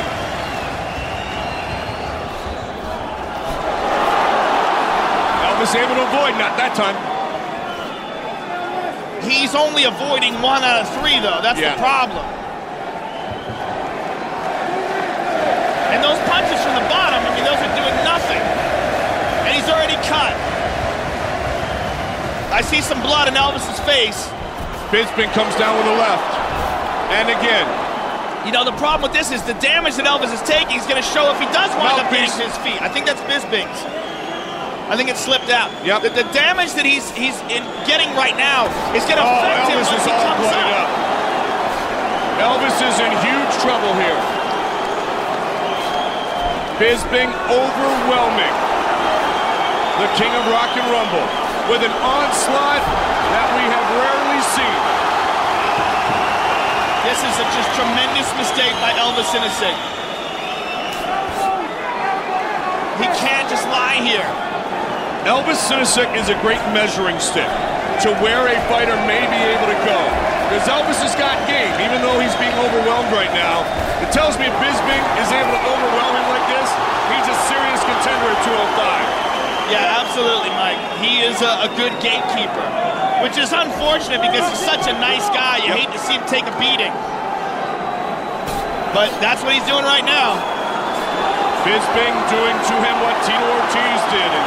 Babalu, eventually Alessio Sakara. Oh, his face is a mess, and Bisping's just blasting elbows into it right now. 45 seconds remains in the first round. His bleached blonde hair is just soaked red with blood. He's breathing out of his mouth, he's exhausted. Posturing up is Bisping. Bisping talked about his conditioning being off the charts here, and you can see it is with the pace he's kept, Joe. Yeah, I mean, he knows this is a tremendous opportunity. That's what he should have done from the beginning. Control his posture, and he lets it go immediately. 13 wins, 13 stoppages he has won by Michael Bisping.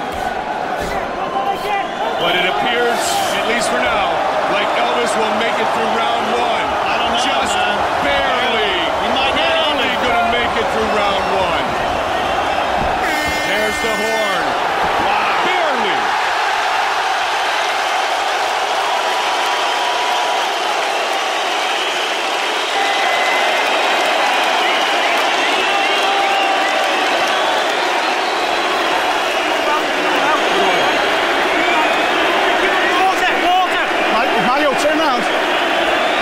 Okay, deep breaths, Mike. Deep breaths. Deep breaths. Let's go, me. Get off. Mike. Elvis Sinisic is still sitting down where they stopped the fight. Look at that gigantic gash he has in the middle of his forehead. I mean, that's a solid 2 inches long.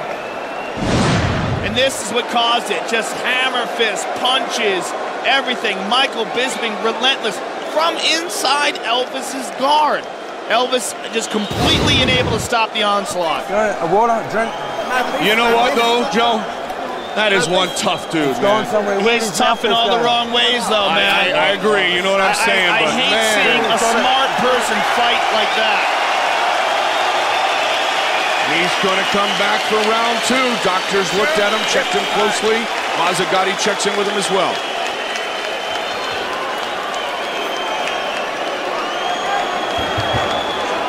Both these guys are covered in blood, but Bisping's covered in Elvis's blood. He's barely sustained a scratch. You ready? Bring it on, come on! Can Elvis do anything here early? Well, the unfortunate part is he's already hurt so badly. Bisping's not hurt at all. Bisping got a little tired, you know, in that exchange, because just from throwing all those punches, but he's not hurt. Combination caught him with a kick. Elvis is tired and he's hurt. He's probably at 30-40% capacity right now. Trying to stay in it. Trying to shock the world. And it's too bad in big trouble. Caught him with a knee! Elvis caught Bisping with a knee!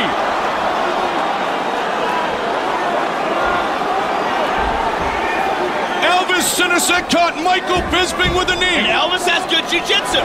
Elvis is on top now. Looks like he's got a Kimura. What a reversal this would be! If he can pop that arm free, he's got it! Can he finish it? Elvis Sinisic! He's got it deep. He's got the leg over the head. He lost it. Still though in a good position, Joe. He's still on top. He's gonna take the back now. Wow! He's got his back. He's got one hook. Elvis Sinisic is a legit black belt in Brazilian Jiu-Jitsu under the Machados. He is for real. The only thing is he's breathing so heavily now. He's exhausted. Blood's pouring down the back of his throat from his nose.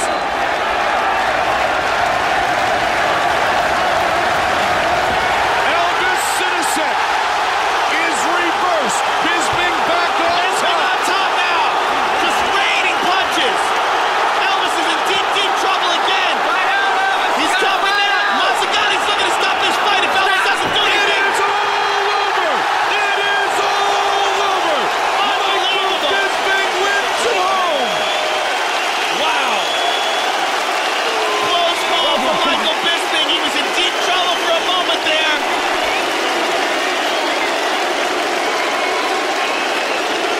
But he managed to reverse it and get the win. Wow, little excitement. Are you kidding me? Now let's look at what happened here. Elvis had his back. Bisping gets a hold of that foot, uses it to spin over, and winds up in Elvis's guard. And just like the first round, when he's in the guard, he just postures up and rains down bombs. Steve Mazzagatti saw that Elvis wasn't defending himself, offered him a chance, and then stepped in to stop the fight. Bruce Buffer has the official decision. Ladies and gentlemen, referee Steve Mazzagatti has called a stop to this contest at 1 minute 40 seconds of round number 2. The stoppage due to strikes, declaring the winner a TKO, Michael the Count Bisping!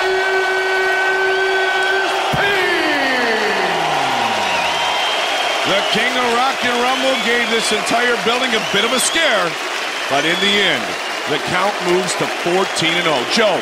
Michael, it was a great fight. You completely dominated the first round. It looked like you were going to dominate the second round, but you got caught. Were you nervous then? Were you scared? What happened there? Oh, my son's here. Hold on a minute. That your son? How great was it watching your daddy win?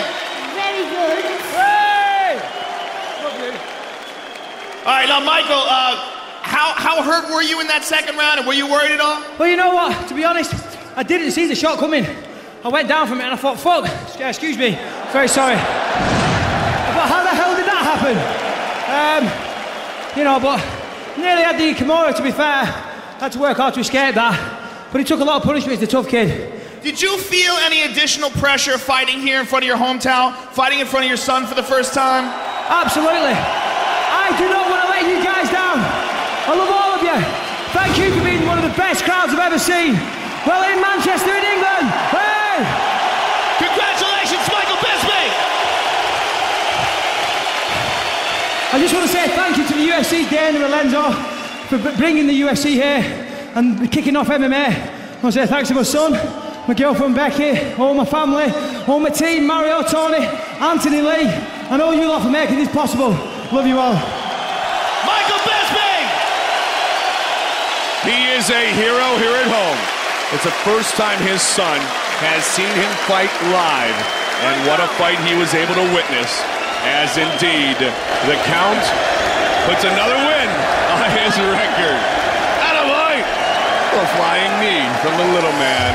A big night here for Michael Bisping. The Pitbull, Andre Arlovski, long expected to rule the heavyweight division, plans to make Fabricio Verdum his next victim on his way back to becoming once again UFC heavyweight champion. Our tale of the tape for this heavyweight matchup tonight in Manchester, the Belarusian Andre Arlovski, 28 years old. The Brazilian Fabricio Verdum, also wearing Spain in his heart tonight, is 29 years old. Arlovski weighed in about 5 pounds heavier. Not much of a difference in the reach. And at stone, 17.0 stone for Arlovski, 16.6 for Fabricio Verdum.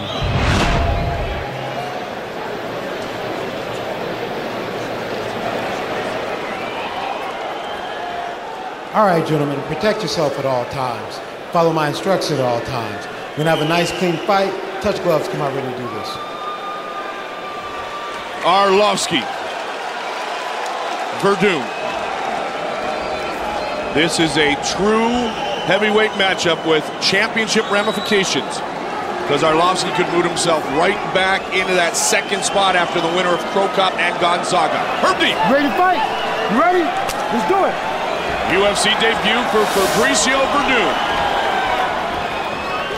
Full black trunks for Arlovski, black and red trunks for the Brazilian Verdum. And as you talked about perfectly, when the Pitbull is on, he is extremely dangerous. Inside leg kick. Arlovski's a specimen. He looks very focused here. He's staring at Verdum's chest. You focus on the chest, but you look at everything all at once. Inside leg kick answer. Not with as much force as the one we saw a moment ago. Inside leg kick, right hand. Verdum landed a couple shots in there as well. Arlovski trying to come over the top, Joe. Verdum pushing him up against the cage. Verdum has an excellent guard. We can definitely see if he can't take Arlovski down, we may very well see him pull guard. Black belt in Brazilian Jiu-Jitsu, 3-time world Brazilian Jiu-Jitsu champion, 3-time Pan American Brazilian Jiu-Jitsu champion is Fabricio Verdum. Good elbow and right hand from Verdum off the cage, and he pulls away. Verdum would not consider this an upset at all, because he has made his name around the world. 9-2-1 is extremely impressive. Nice right leg kick by Verdum.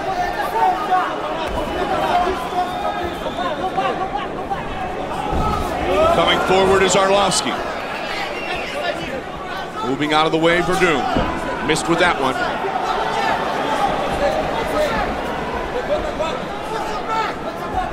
Fight scheduled for 3 5-minute rounds. Everything is a 3 5-minute round fight tonight. No titles are up for grabs. But positioning yourself for a future title fight is certainly in the cards tonight here in Manchester, England. You can really see the difference in Verdum's striking since he's been training with Cro Cop. I mean, he looks so much more comfortable on his feet than I've seen him in some of his Pride fights.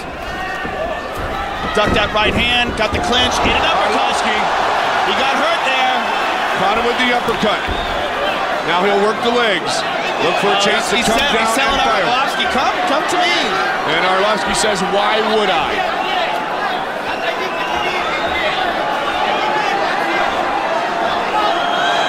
You're gonna see Herb Dean stand him up here.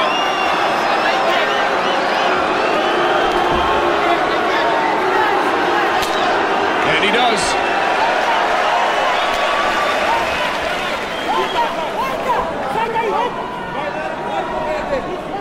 The Pitbull, the reaction to the Pitbull, Andrei Arlovski, dynamic throughout the week here in Manchester. Most of the UFC fighters have, to some degree, become rock stars, if you will, but Arlovski, being the Belarusian, being the European, beloved over here, but he's on 1, 2, 3. One straight punches. Verdum connected on 4 as he pushes Arlovski up against the fence. That was a straight blast. Wow.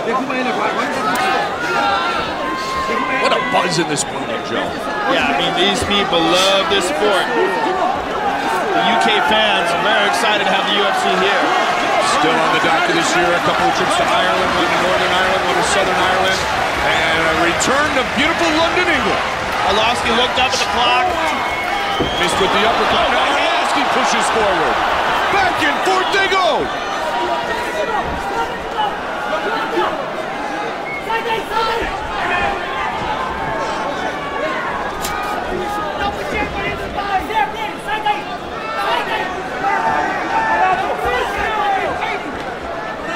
Just about 1 minute remains in the first round.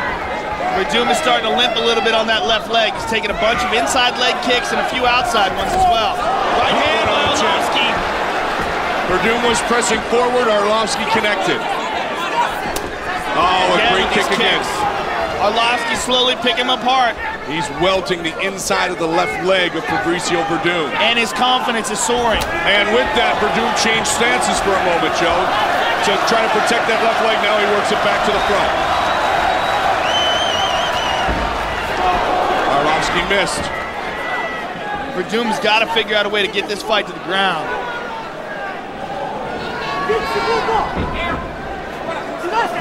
Because Arlovski is slowly starting to time him and pick him apart. Final seconds ticking away. Good first round for the former heavyweight champion, Andrei the Pitbull Arlovski.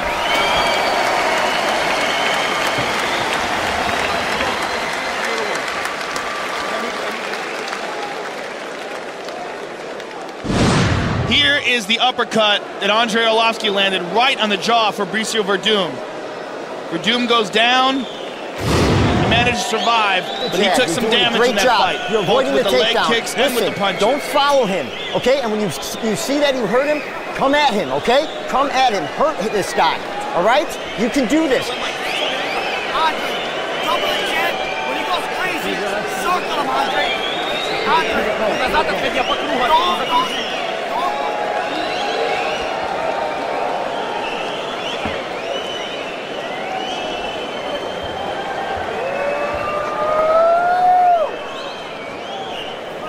Again.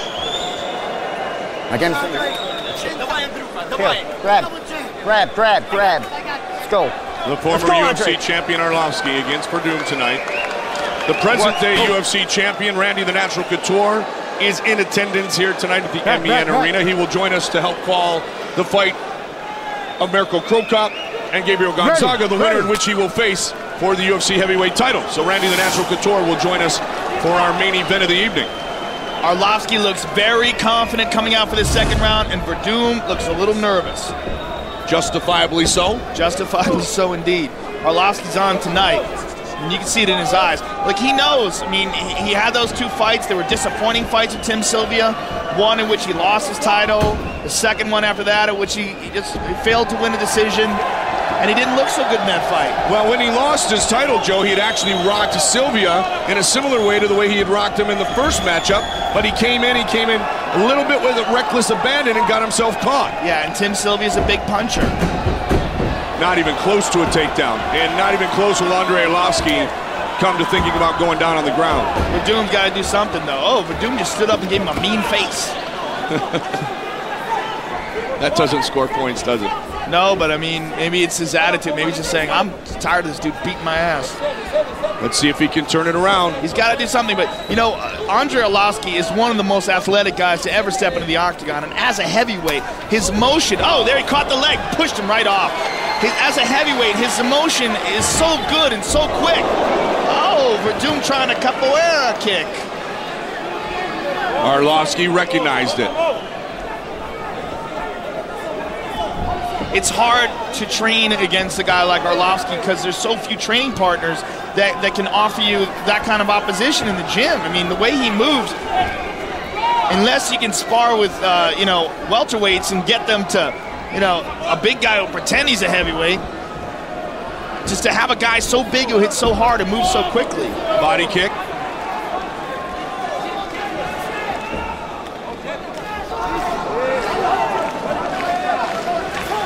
Mike over Joe Rogan, UFC 70. Nations collide, being shown worldwide.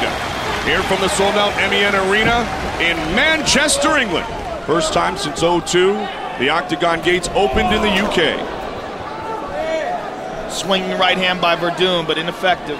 Pace is slowed a bit here in round 2. Verdum is trying to figure out some way to get this fight to the ground. He knows that the striking is ultimately not a good idea for him, but there's nothing he can do about it right now. What way in your mind is that way, Joe? Shoot and pull guard. Shoot and during the sprawl, pull guard. That's what I think is his best option. But that's if he hasn't taken so many leg kicks on that left leg that he can spring. I mean, we don't know how much damage he's been, how much he's taken on that leg. We know he's eaten a bunch of kicks, and he's the only one that can tell you how much that's actually taken out of the functionality of his leg. Back-to-back jabs by Arlovski. 2 minutes remains in the second. The good news for him is, for whatever reason, Andrei Arlovski has slowed down on the leg kicks and is concentrating primarily on punches. Changes stances back and forth again. If I was in Andrei's corner, I'd be screaming out to kick the legs. Coming forward this time, Fabricio Verdum. Retreating perfectly was Andrei Arlovski.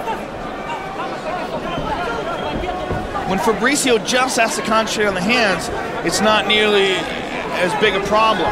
But when Andrei's throwing those vicious leg kicks as well, there goes one. That stalking, no one can defeat me attitude is back in the eyes and back in the mannerisms of Andrei Arlovski. Just waiting for his opportunity for a big punch, like against Buentello or Eilers or Sylvia in the first matchup.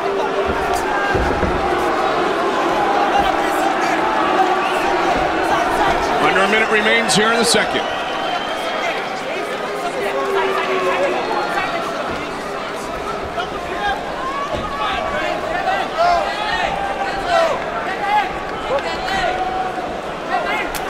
Good inside leg kick, just as you talked about. Yeah, I mean, if he just continues to do that, Fabricio is going to be helpless. We can see the welts here standing. You see those on his legs? Absolutely. Oh, wow. The one on the back of his right leg is nasty. Yeah, both of those legs have taken a pounding, but it's not enough.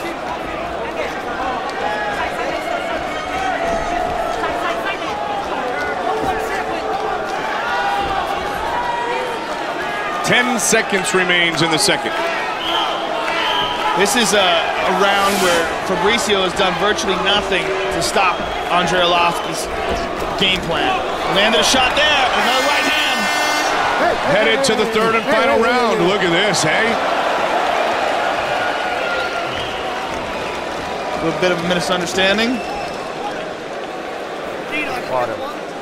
Heavyweight champion, the natural Randy Couture, in attendance here tonight, and listen to the ovation. He will fight either Mirko Cro Cop or Gabriel Gonzaga next to try to defend his title. The natural, who at 43 years old, won at UFC 68, defeating Tim Sylvia, the three-time heavyweight, two-time light heavyweight champion, UFC Hall of Famer. And he will join us in the broadcast booth for our main event of the evening. That is an unusual human being right there. That man is your hero. That's a real champion. He's going to come right at you this round. Let's do this. Arlovski's corner spurring him on to try to finish it. He should be well ahead in the judges' eyes. Last round. Let's have action. I'll take a point from the first one who's retreating. Let's work. Nicely done, Herb Dean. All right, here we go. Third and final round. Arlovsky clearly ahead on the scorecard. That's interesting. Taking a point away from the first one who retreats. I've never heard anybody say that before. No, and you know what? That has to, at least you would think, has to be pointed more towards Arlovsky, kind of saying, don't think you're going to cruise your way to victory, because there's no ability or no sense for Fabricio Verdum to retreat, Joe, because if he does, he'll just lose the fight. Well, I mean, he's losing the fight already. So right, but that's my point. Yeah. You know, if he retreats, he's just going to solidify things. Yeah, if he I mean, does Fabricio absolutely know he's losing? Sometimes when you're in a fight, things get a little cloudy. I mean, I'm sure he's got to be thinking he's behind, but I mean, he's just got to figure out some way to take this fight to the ground, or at least we got to see some sort of an attempt, because he's not going to win backing up and throwing punches and running away from Arlovsky, which is what he's doing.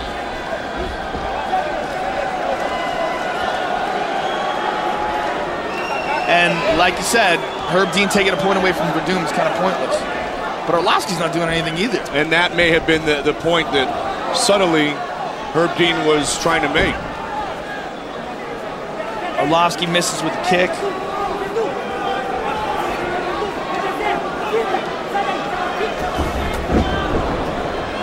Three and a half remains in the fight. Who could be next in line after the next in line is basically what we're finding out here.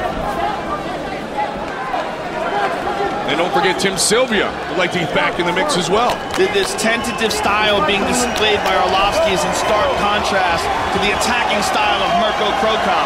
And that's one of the reasons why Cro Cop is so dangerous. Because not only does he have these excellent striking skills that Arlovsky has, even better, but he's very, very aggressive. I mean, Arlovsky's basically standing in front of a lesser kickboxer right now and doing almost nothing. But how much in a fighter's mind, yeah, you always want the highlight reel finish, how much in a fighter's mind do they calculate the chances you take when you're ahead on the scorecards and you keep pushing forward? There, Verdum got a hold of a leg, but it's too late, it's too slippery. You know, I'm sure they calculate it, but I mean, at the end of the day, you gotta be exciting. Yes. People want to see, they don't want to see a guy squeak by and barely win a decision. And let me tell you something, the UFC does not want to see that kind of, they're not gonna want or be excited about you coming back if you put on a show like this. UFC matchmaker Joe Silva has said to me many times, I would rather see you fight and lose than not fight and win.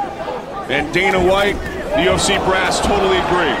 Put on a show, win or lose, put on a show for the fans. Verdum is trying in these exchanges, he doesn't have the skill set.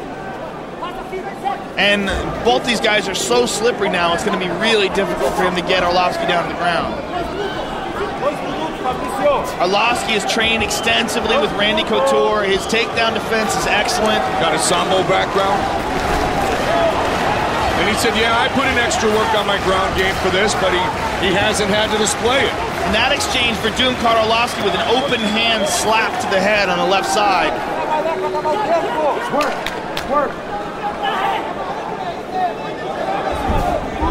But I mean, a minute and 20 seconds left. I mean, what is he thinking? Arlovsky's probably thinking Verdum's got to do something. And I'll wait for him to come and I'll counter, right? Yes. Why initiate and put myself in a potential bad spot? I mean, right there, he misses with the kick. There he goes.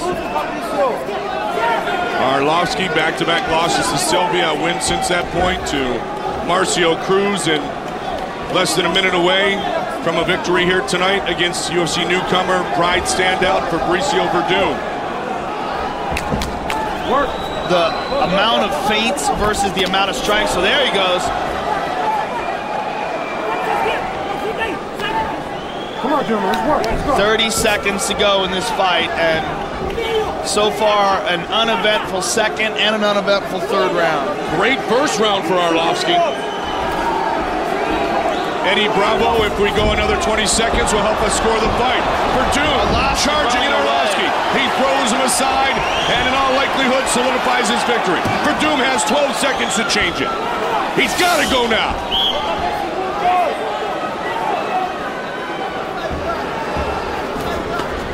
That's going to be it. It is all over. The fight goes the distance.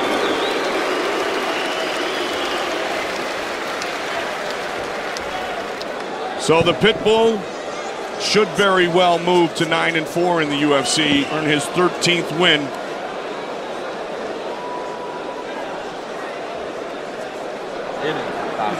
Here is the official decision. Bruce Buffer. Ladies and gentlemen, after 3 rounds, we go to the judges' scorecards for decision. All 3 judges scored this contest for a unanimous decision, declaring the winner, Andre the Pitbull Arlovsky. And still we have our main event of the evening.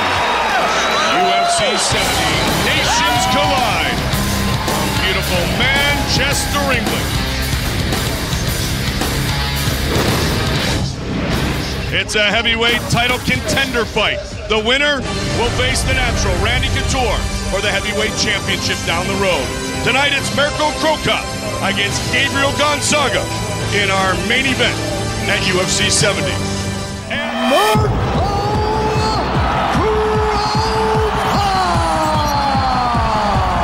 I like to kick.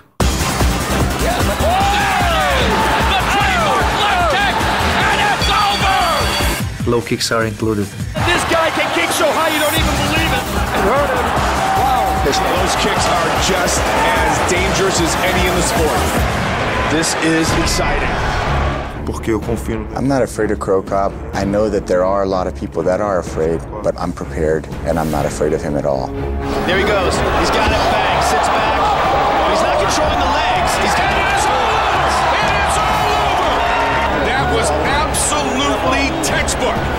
When I take Cro Cop to the ground, I'm going to submit him. I think all my opponents should have on their mind that they might be submitted to.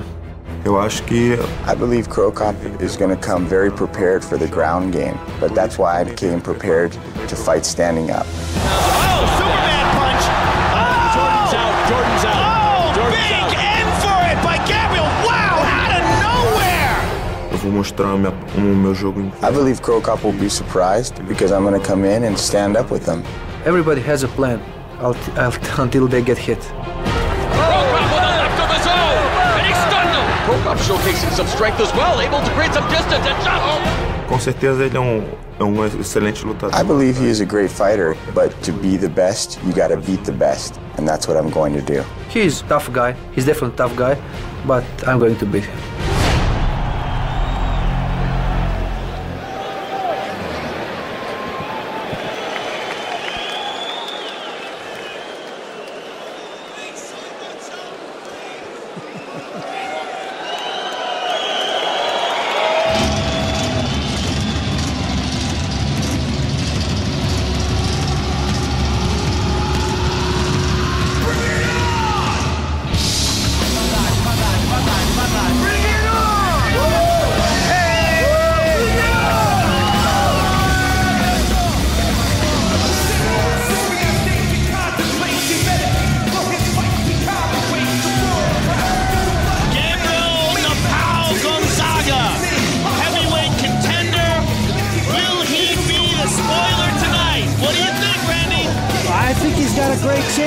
He doesn't seem intimidated at all. I think he's got heavy hands and underrated speed for a guy his size, and his grappling is excellent. And that's, in my opinion, still Mirko's Achilles heel. I was very impressed with both of his fights with Fabiano Scherner and Carmelo Moreira, especially Moreira, because Moreira's a great wrestler. And watching him just completely dominate Moreira on the ground like that, I mean, he's got some exceptional Brazilian Jiu-Jitsu skills. He's a former world champion, and he's a big guy. A good solid 20-plus pounds heavier than Mirko Cro Cop. Gabriel Gonzaga, taking a page perhaps out of Randy Couture's book, or Matt Serra's, or Joe Lozon. The list is long and it is distinguished of men who have shocked the world. And to the two men sitting next to me, it wouldn't be that big of a shocker if Gonzaga can utilize his jiu-jitsu skills and take this fight to the ground and submit to victory. I think the only thing that has kept Gonzaga from being in the top 20 of the heavyweight, or considered that way, is the fact that he hasn't fought that competition. I believe he has the skill set to be there. It all boils down to courage in my mind. Does he have the courage to step into that range and risk getting kicked, risk getting punched, to then execute, put something in his face and take him to the ground? If he can do that, he's got a great chance of winning. And as Mirko says, everyone has a plan until they get hit. Man, does that guy hit hard. He has only lost one time in his mixed martial arts career. Gonzaga wins over Kevin Jordan, Fabiano Schurter, and Carmelo Marrero in the UFC.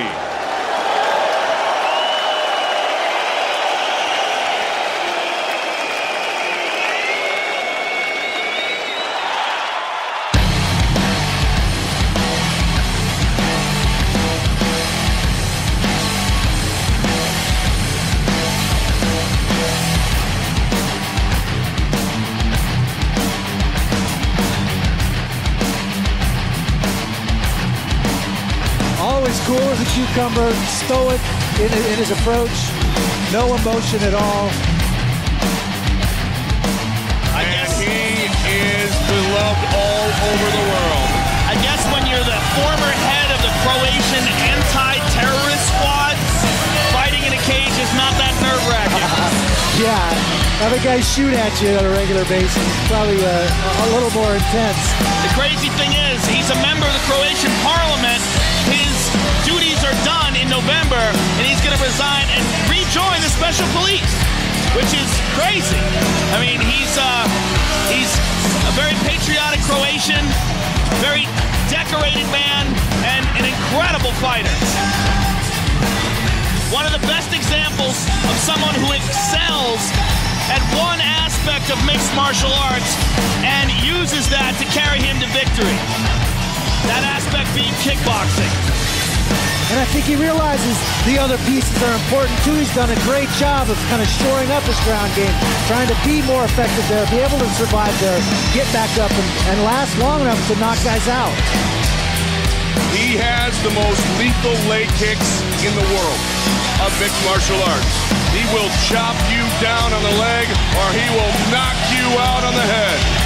But if it connects, it is bad, bad, bad timing. Yeah, I'm sorry, Mike. Even though he's not the best fighter to ever fight in K1, he has the best style to translate into MMA. And that is an explosive, really athletic, one-strike knockout style. He throws kicks like he doesn't set things up the way other guys do. Like if you watch like a great kickboxer like a Peter Ernst, very technical, very fluid, even the way Arlovsky does it. He doesn't do that. He throws these wild head kicks out of nowhere, man. And when they land, it's death. We are set for the main event of the evening. Our tale of the tape for this heavyweight title contender matchup. Mirko Krokop, the Croatian, 32 years old. The Brazilian Gonzaga is 27. Krokop came in at 225, and Gonzaga nearly 20 pounds heavier. A reach advantage is very slight for Mirko Krokop, 16.1 stone. Gonzaga, 17.4 stone. For the official inductions of the main event of the evening, the veteran voice of the Octagon, Bruce Buffer. Ladies and gentlemen, this is the main event of the evening. Live from the MEN Arena in Manchester, England, it's time! 3 rounds of fighting in the UFC heavyweight division. Introducing first, fighting out of the blue corner. This man is a Brazilian jiu-jitsu fighter holding a professional record of 7 wins with 1 loss. He stands 6 feet 2 inches tall, weighing in at 243 pounds, 17.4 stone. Fighting out of Ludlow, Massachusetts, by way of Rio de Janeiro, Brazil, Gabriel Napao Gonzaga.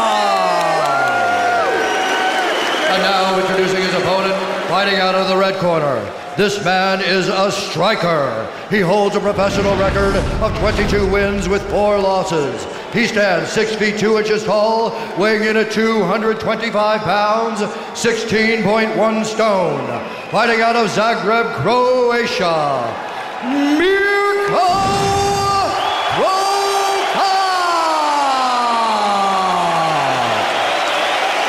And when the action begins, our referee in charge is Herb Dean. Okay, gentlemen, protect yourselves at all times. Follow my instructions at all times. Let's keep this fight nice and clean and full of action. Touch gloves, come out ready to do this. Now they touch. Mirko Crocop, Gabriel Gonzaga. The winner will get a title shot against Randy the Natural Couture. Remember when Crocop was knocked out by Kevin Randleman. Randleman faked the takedown and then took the big shot. Will Gonzaga try to take a page out of that book? Straight out, throwing the straight right hand is Gonzaga. That's a perfect punch for a southpaw. Crocop is a lethal striker, but he has a small jaw. If like you look at the frame of his face, the way his face is framed, look at Gonzaga. Gonzaga's got this big head. Like it looks like the type of guy that can take a great shot. But Crocop's the physical structure of his face is not very big.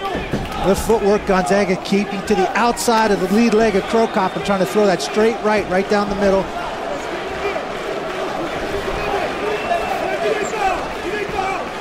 Crocop just waits to explode, Randy. Very patient.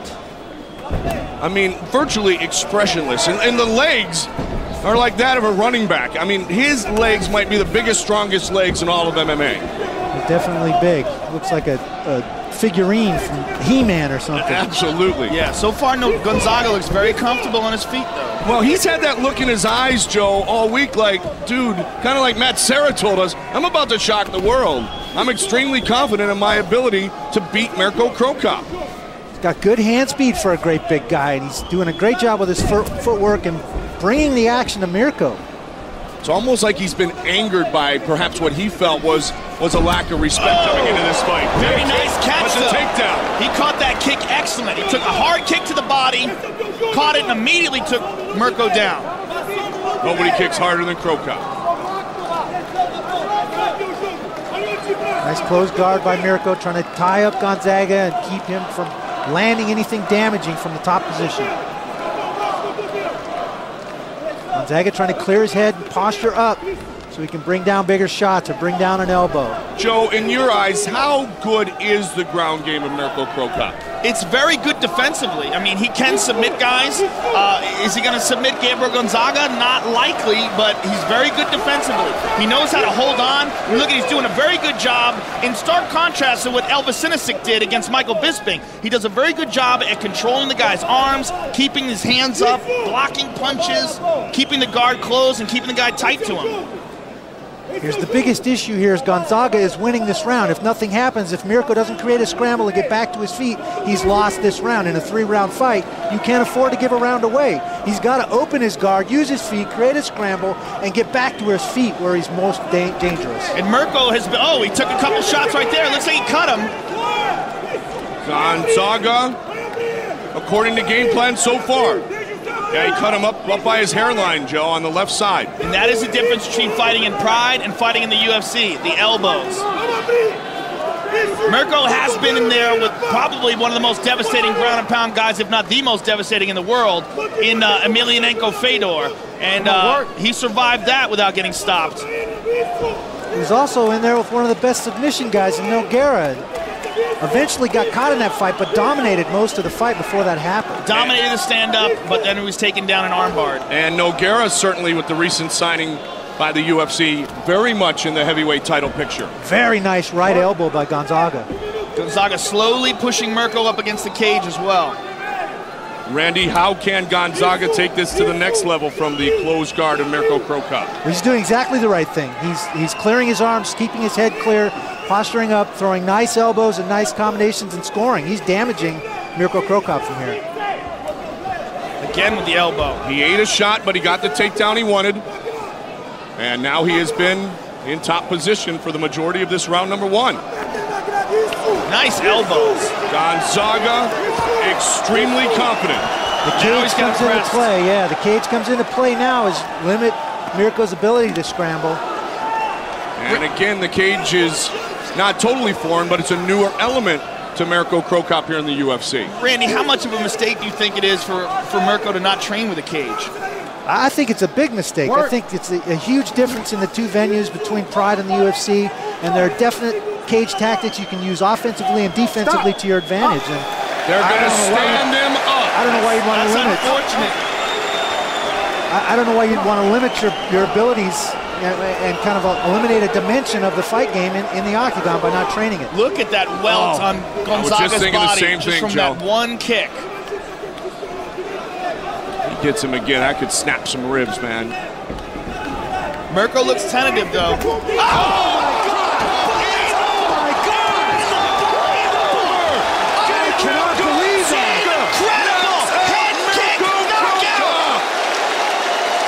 Wow! That is the last thing anybody expected here tonight. Out of nowhere on the button! Gonzaga is next for Couture! That was phenomenal! Wow, did that come out of nowhere? Look at this! Boom! On the button! Complete!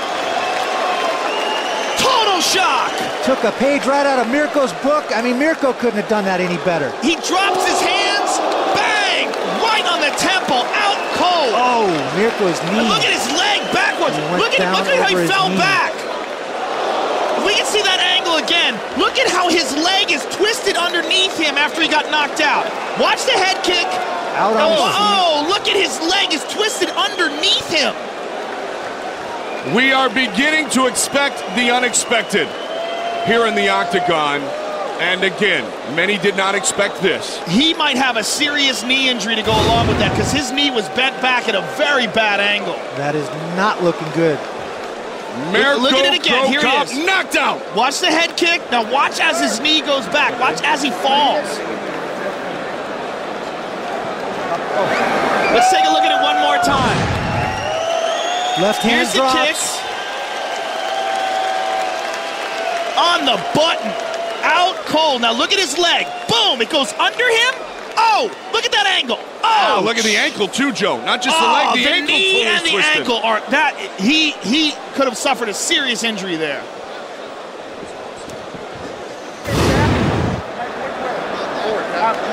Gabriel Gonzaga has earned the biggest win of his career. Bruce Buffer.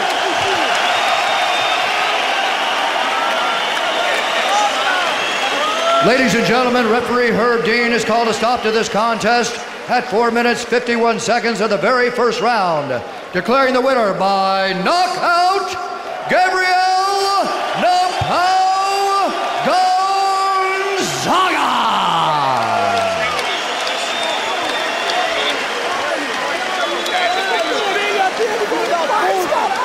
4 minutes, 51 seconds of the first. Gonzaga the winner. Here's Joe. I am here with the winner of very happy Gabriel Gonzaga. Gabriel, did anybody besides you think that you could win this fight by knockout?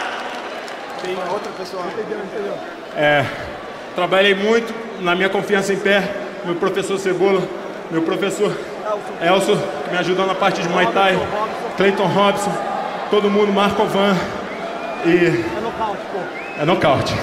He says, I trained very hard, I prepared very hard mentally, physically for this fight. I trained with my instructor, Cebola, some other instructors in Brazil, and I knew that I was aiming for the knockout. I had the opportunity, so I took it. Gabriel, so many people counted you out coming into this fight. Did that motivate you? Of course, motivate me. I come to here to this wonderful platea, and thank you very much for everybody coming. All right, now, Gabriel, you are now in line for a shot at the UFC heavyweight champion, Randy Couture. Tell us your thoughts about that. Agora vou me preparar para essa luta como tudo, para ganhar esse cinturão. Vou começar a pensar nessa luta agora. He says, I'm going to do everything to prepare my best for this fight, and I'm going to try to do the same thing I just did again. Well, we have the champ right here to congratulate you. Gabriel, very impressed. Very impressed with your performance tonight. I actually picked you to upset Mirko tonight. You've got heavy hands, you're great on the ground. I thought you would be a much tougher fight for me, but I'm looking forward to competing against you very soon. I would like to tell you thank you very much. I read what you say in the website. I'm supposed to win. Thank you very much for the support. We have a new top contender in the UFC heavyweight division, Gabriel Napao Gonzaga.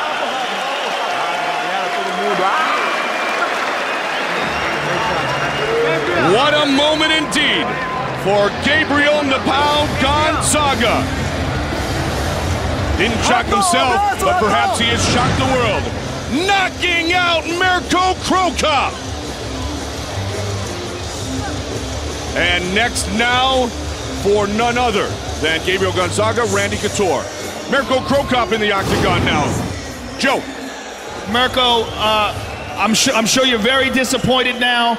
Give us your thoughts on what happened. Well, you're right, I'm disappointed, and I have to look the fight very carefully, and I will see what kind of mistake I said there.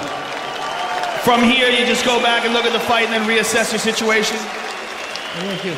From here, you would just go back, watch the fight, and then assess what's next? I don't know. It's too early to say. Well, we always look forward to watching you fight. You're a very exciting fighter, and we look forward to seeing you again. Mirko Crocop, ladies and gentlemen.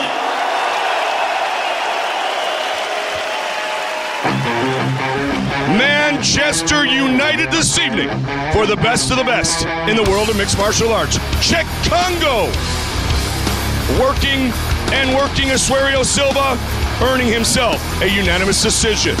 Executive producers of the UFC, Frank Fertitta III, Lorenzo Fertitta, and UFC President Dana White. Our supervising producer is Craig Borsari. Director of production is Tim O'Toole. Our producer, Bruce Connell. Our director, Anthony Pasquale Giordano. Thank you again to Joe Silva. Thank you again, Daddy, for winning in front of me. Bisping is a hero, and he just becomes more and more of a real contender at 205 pounds. Arlovsky, not his best performance, but a win nonetheless, and a step closer to another shot at the heavyweight title.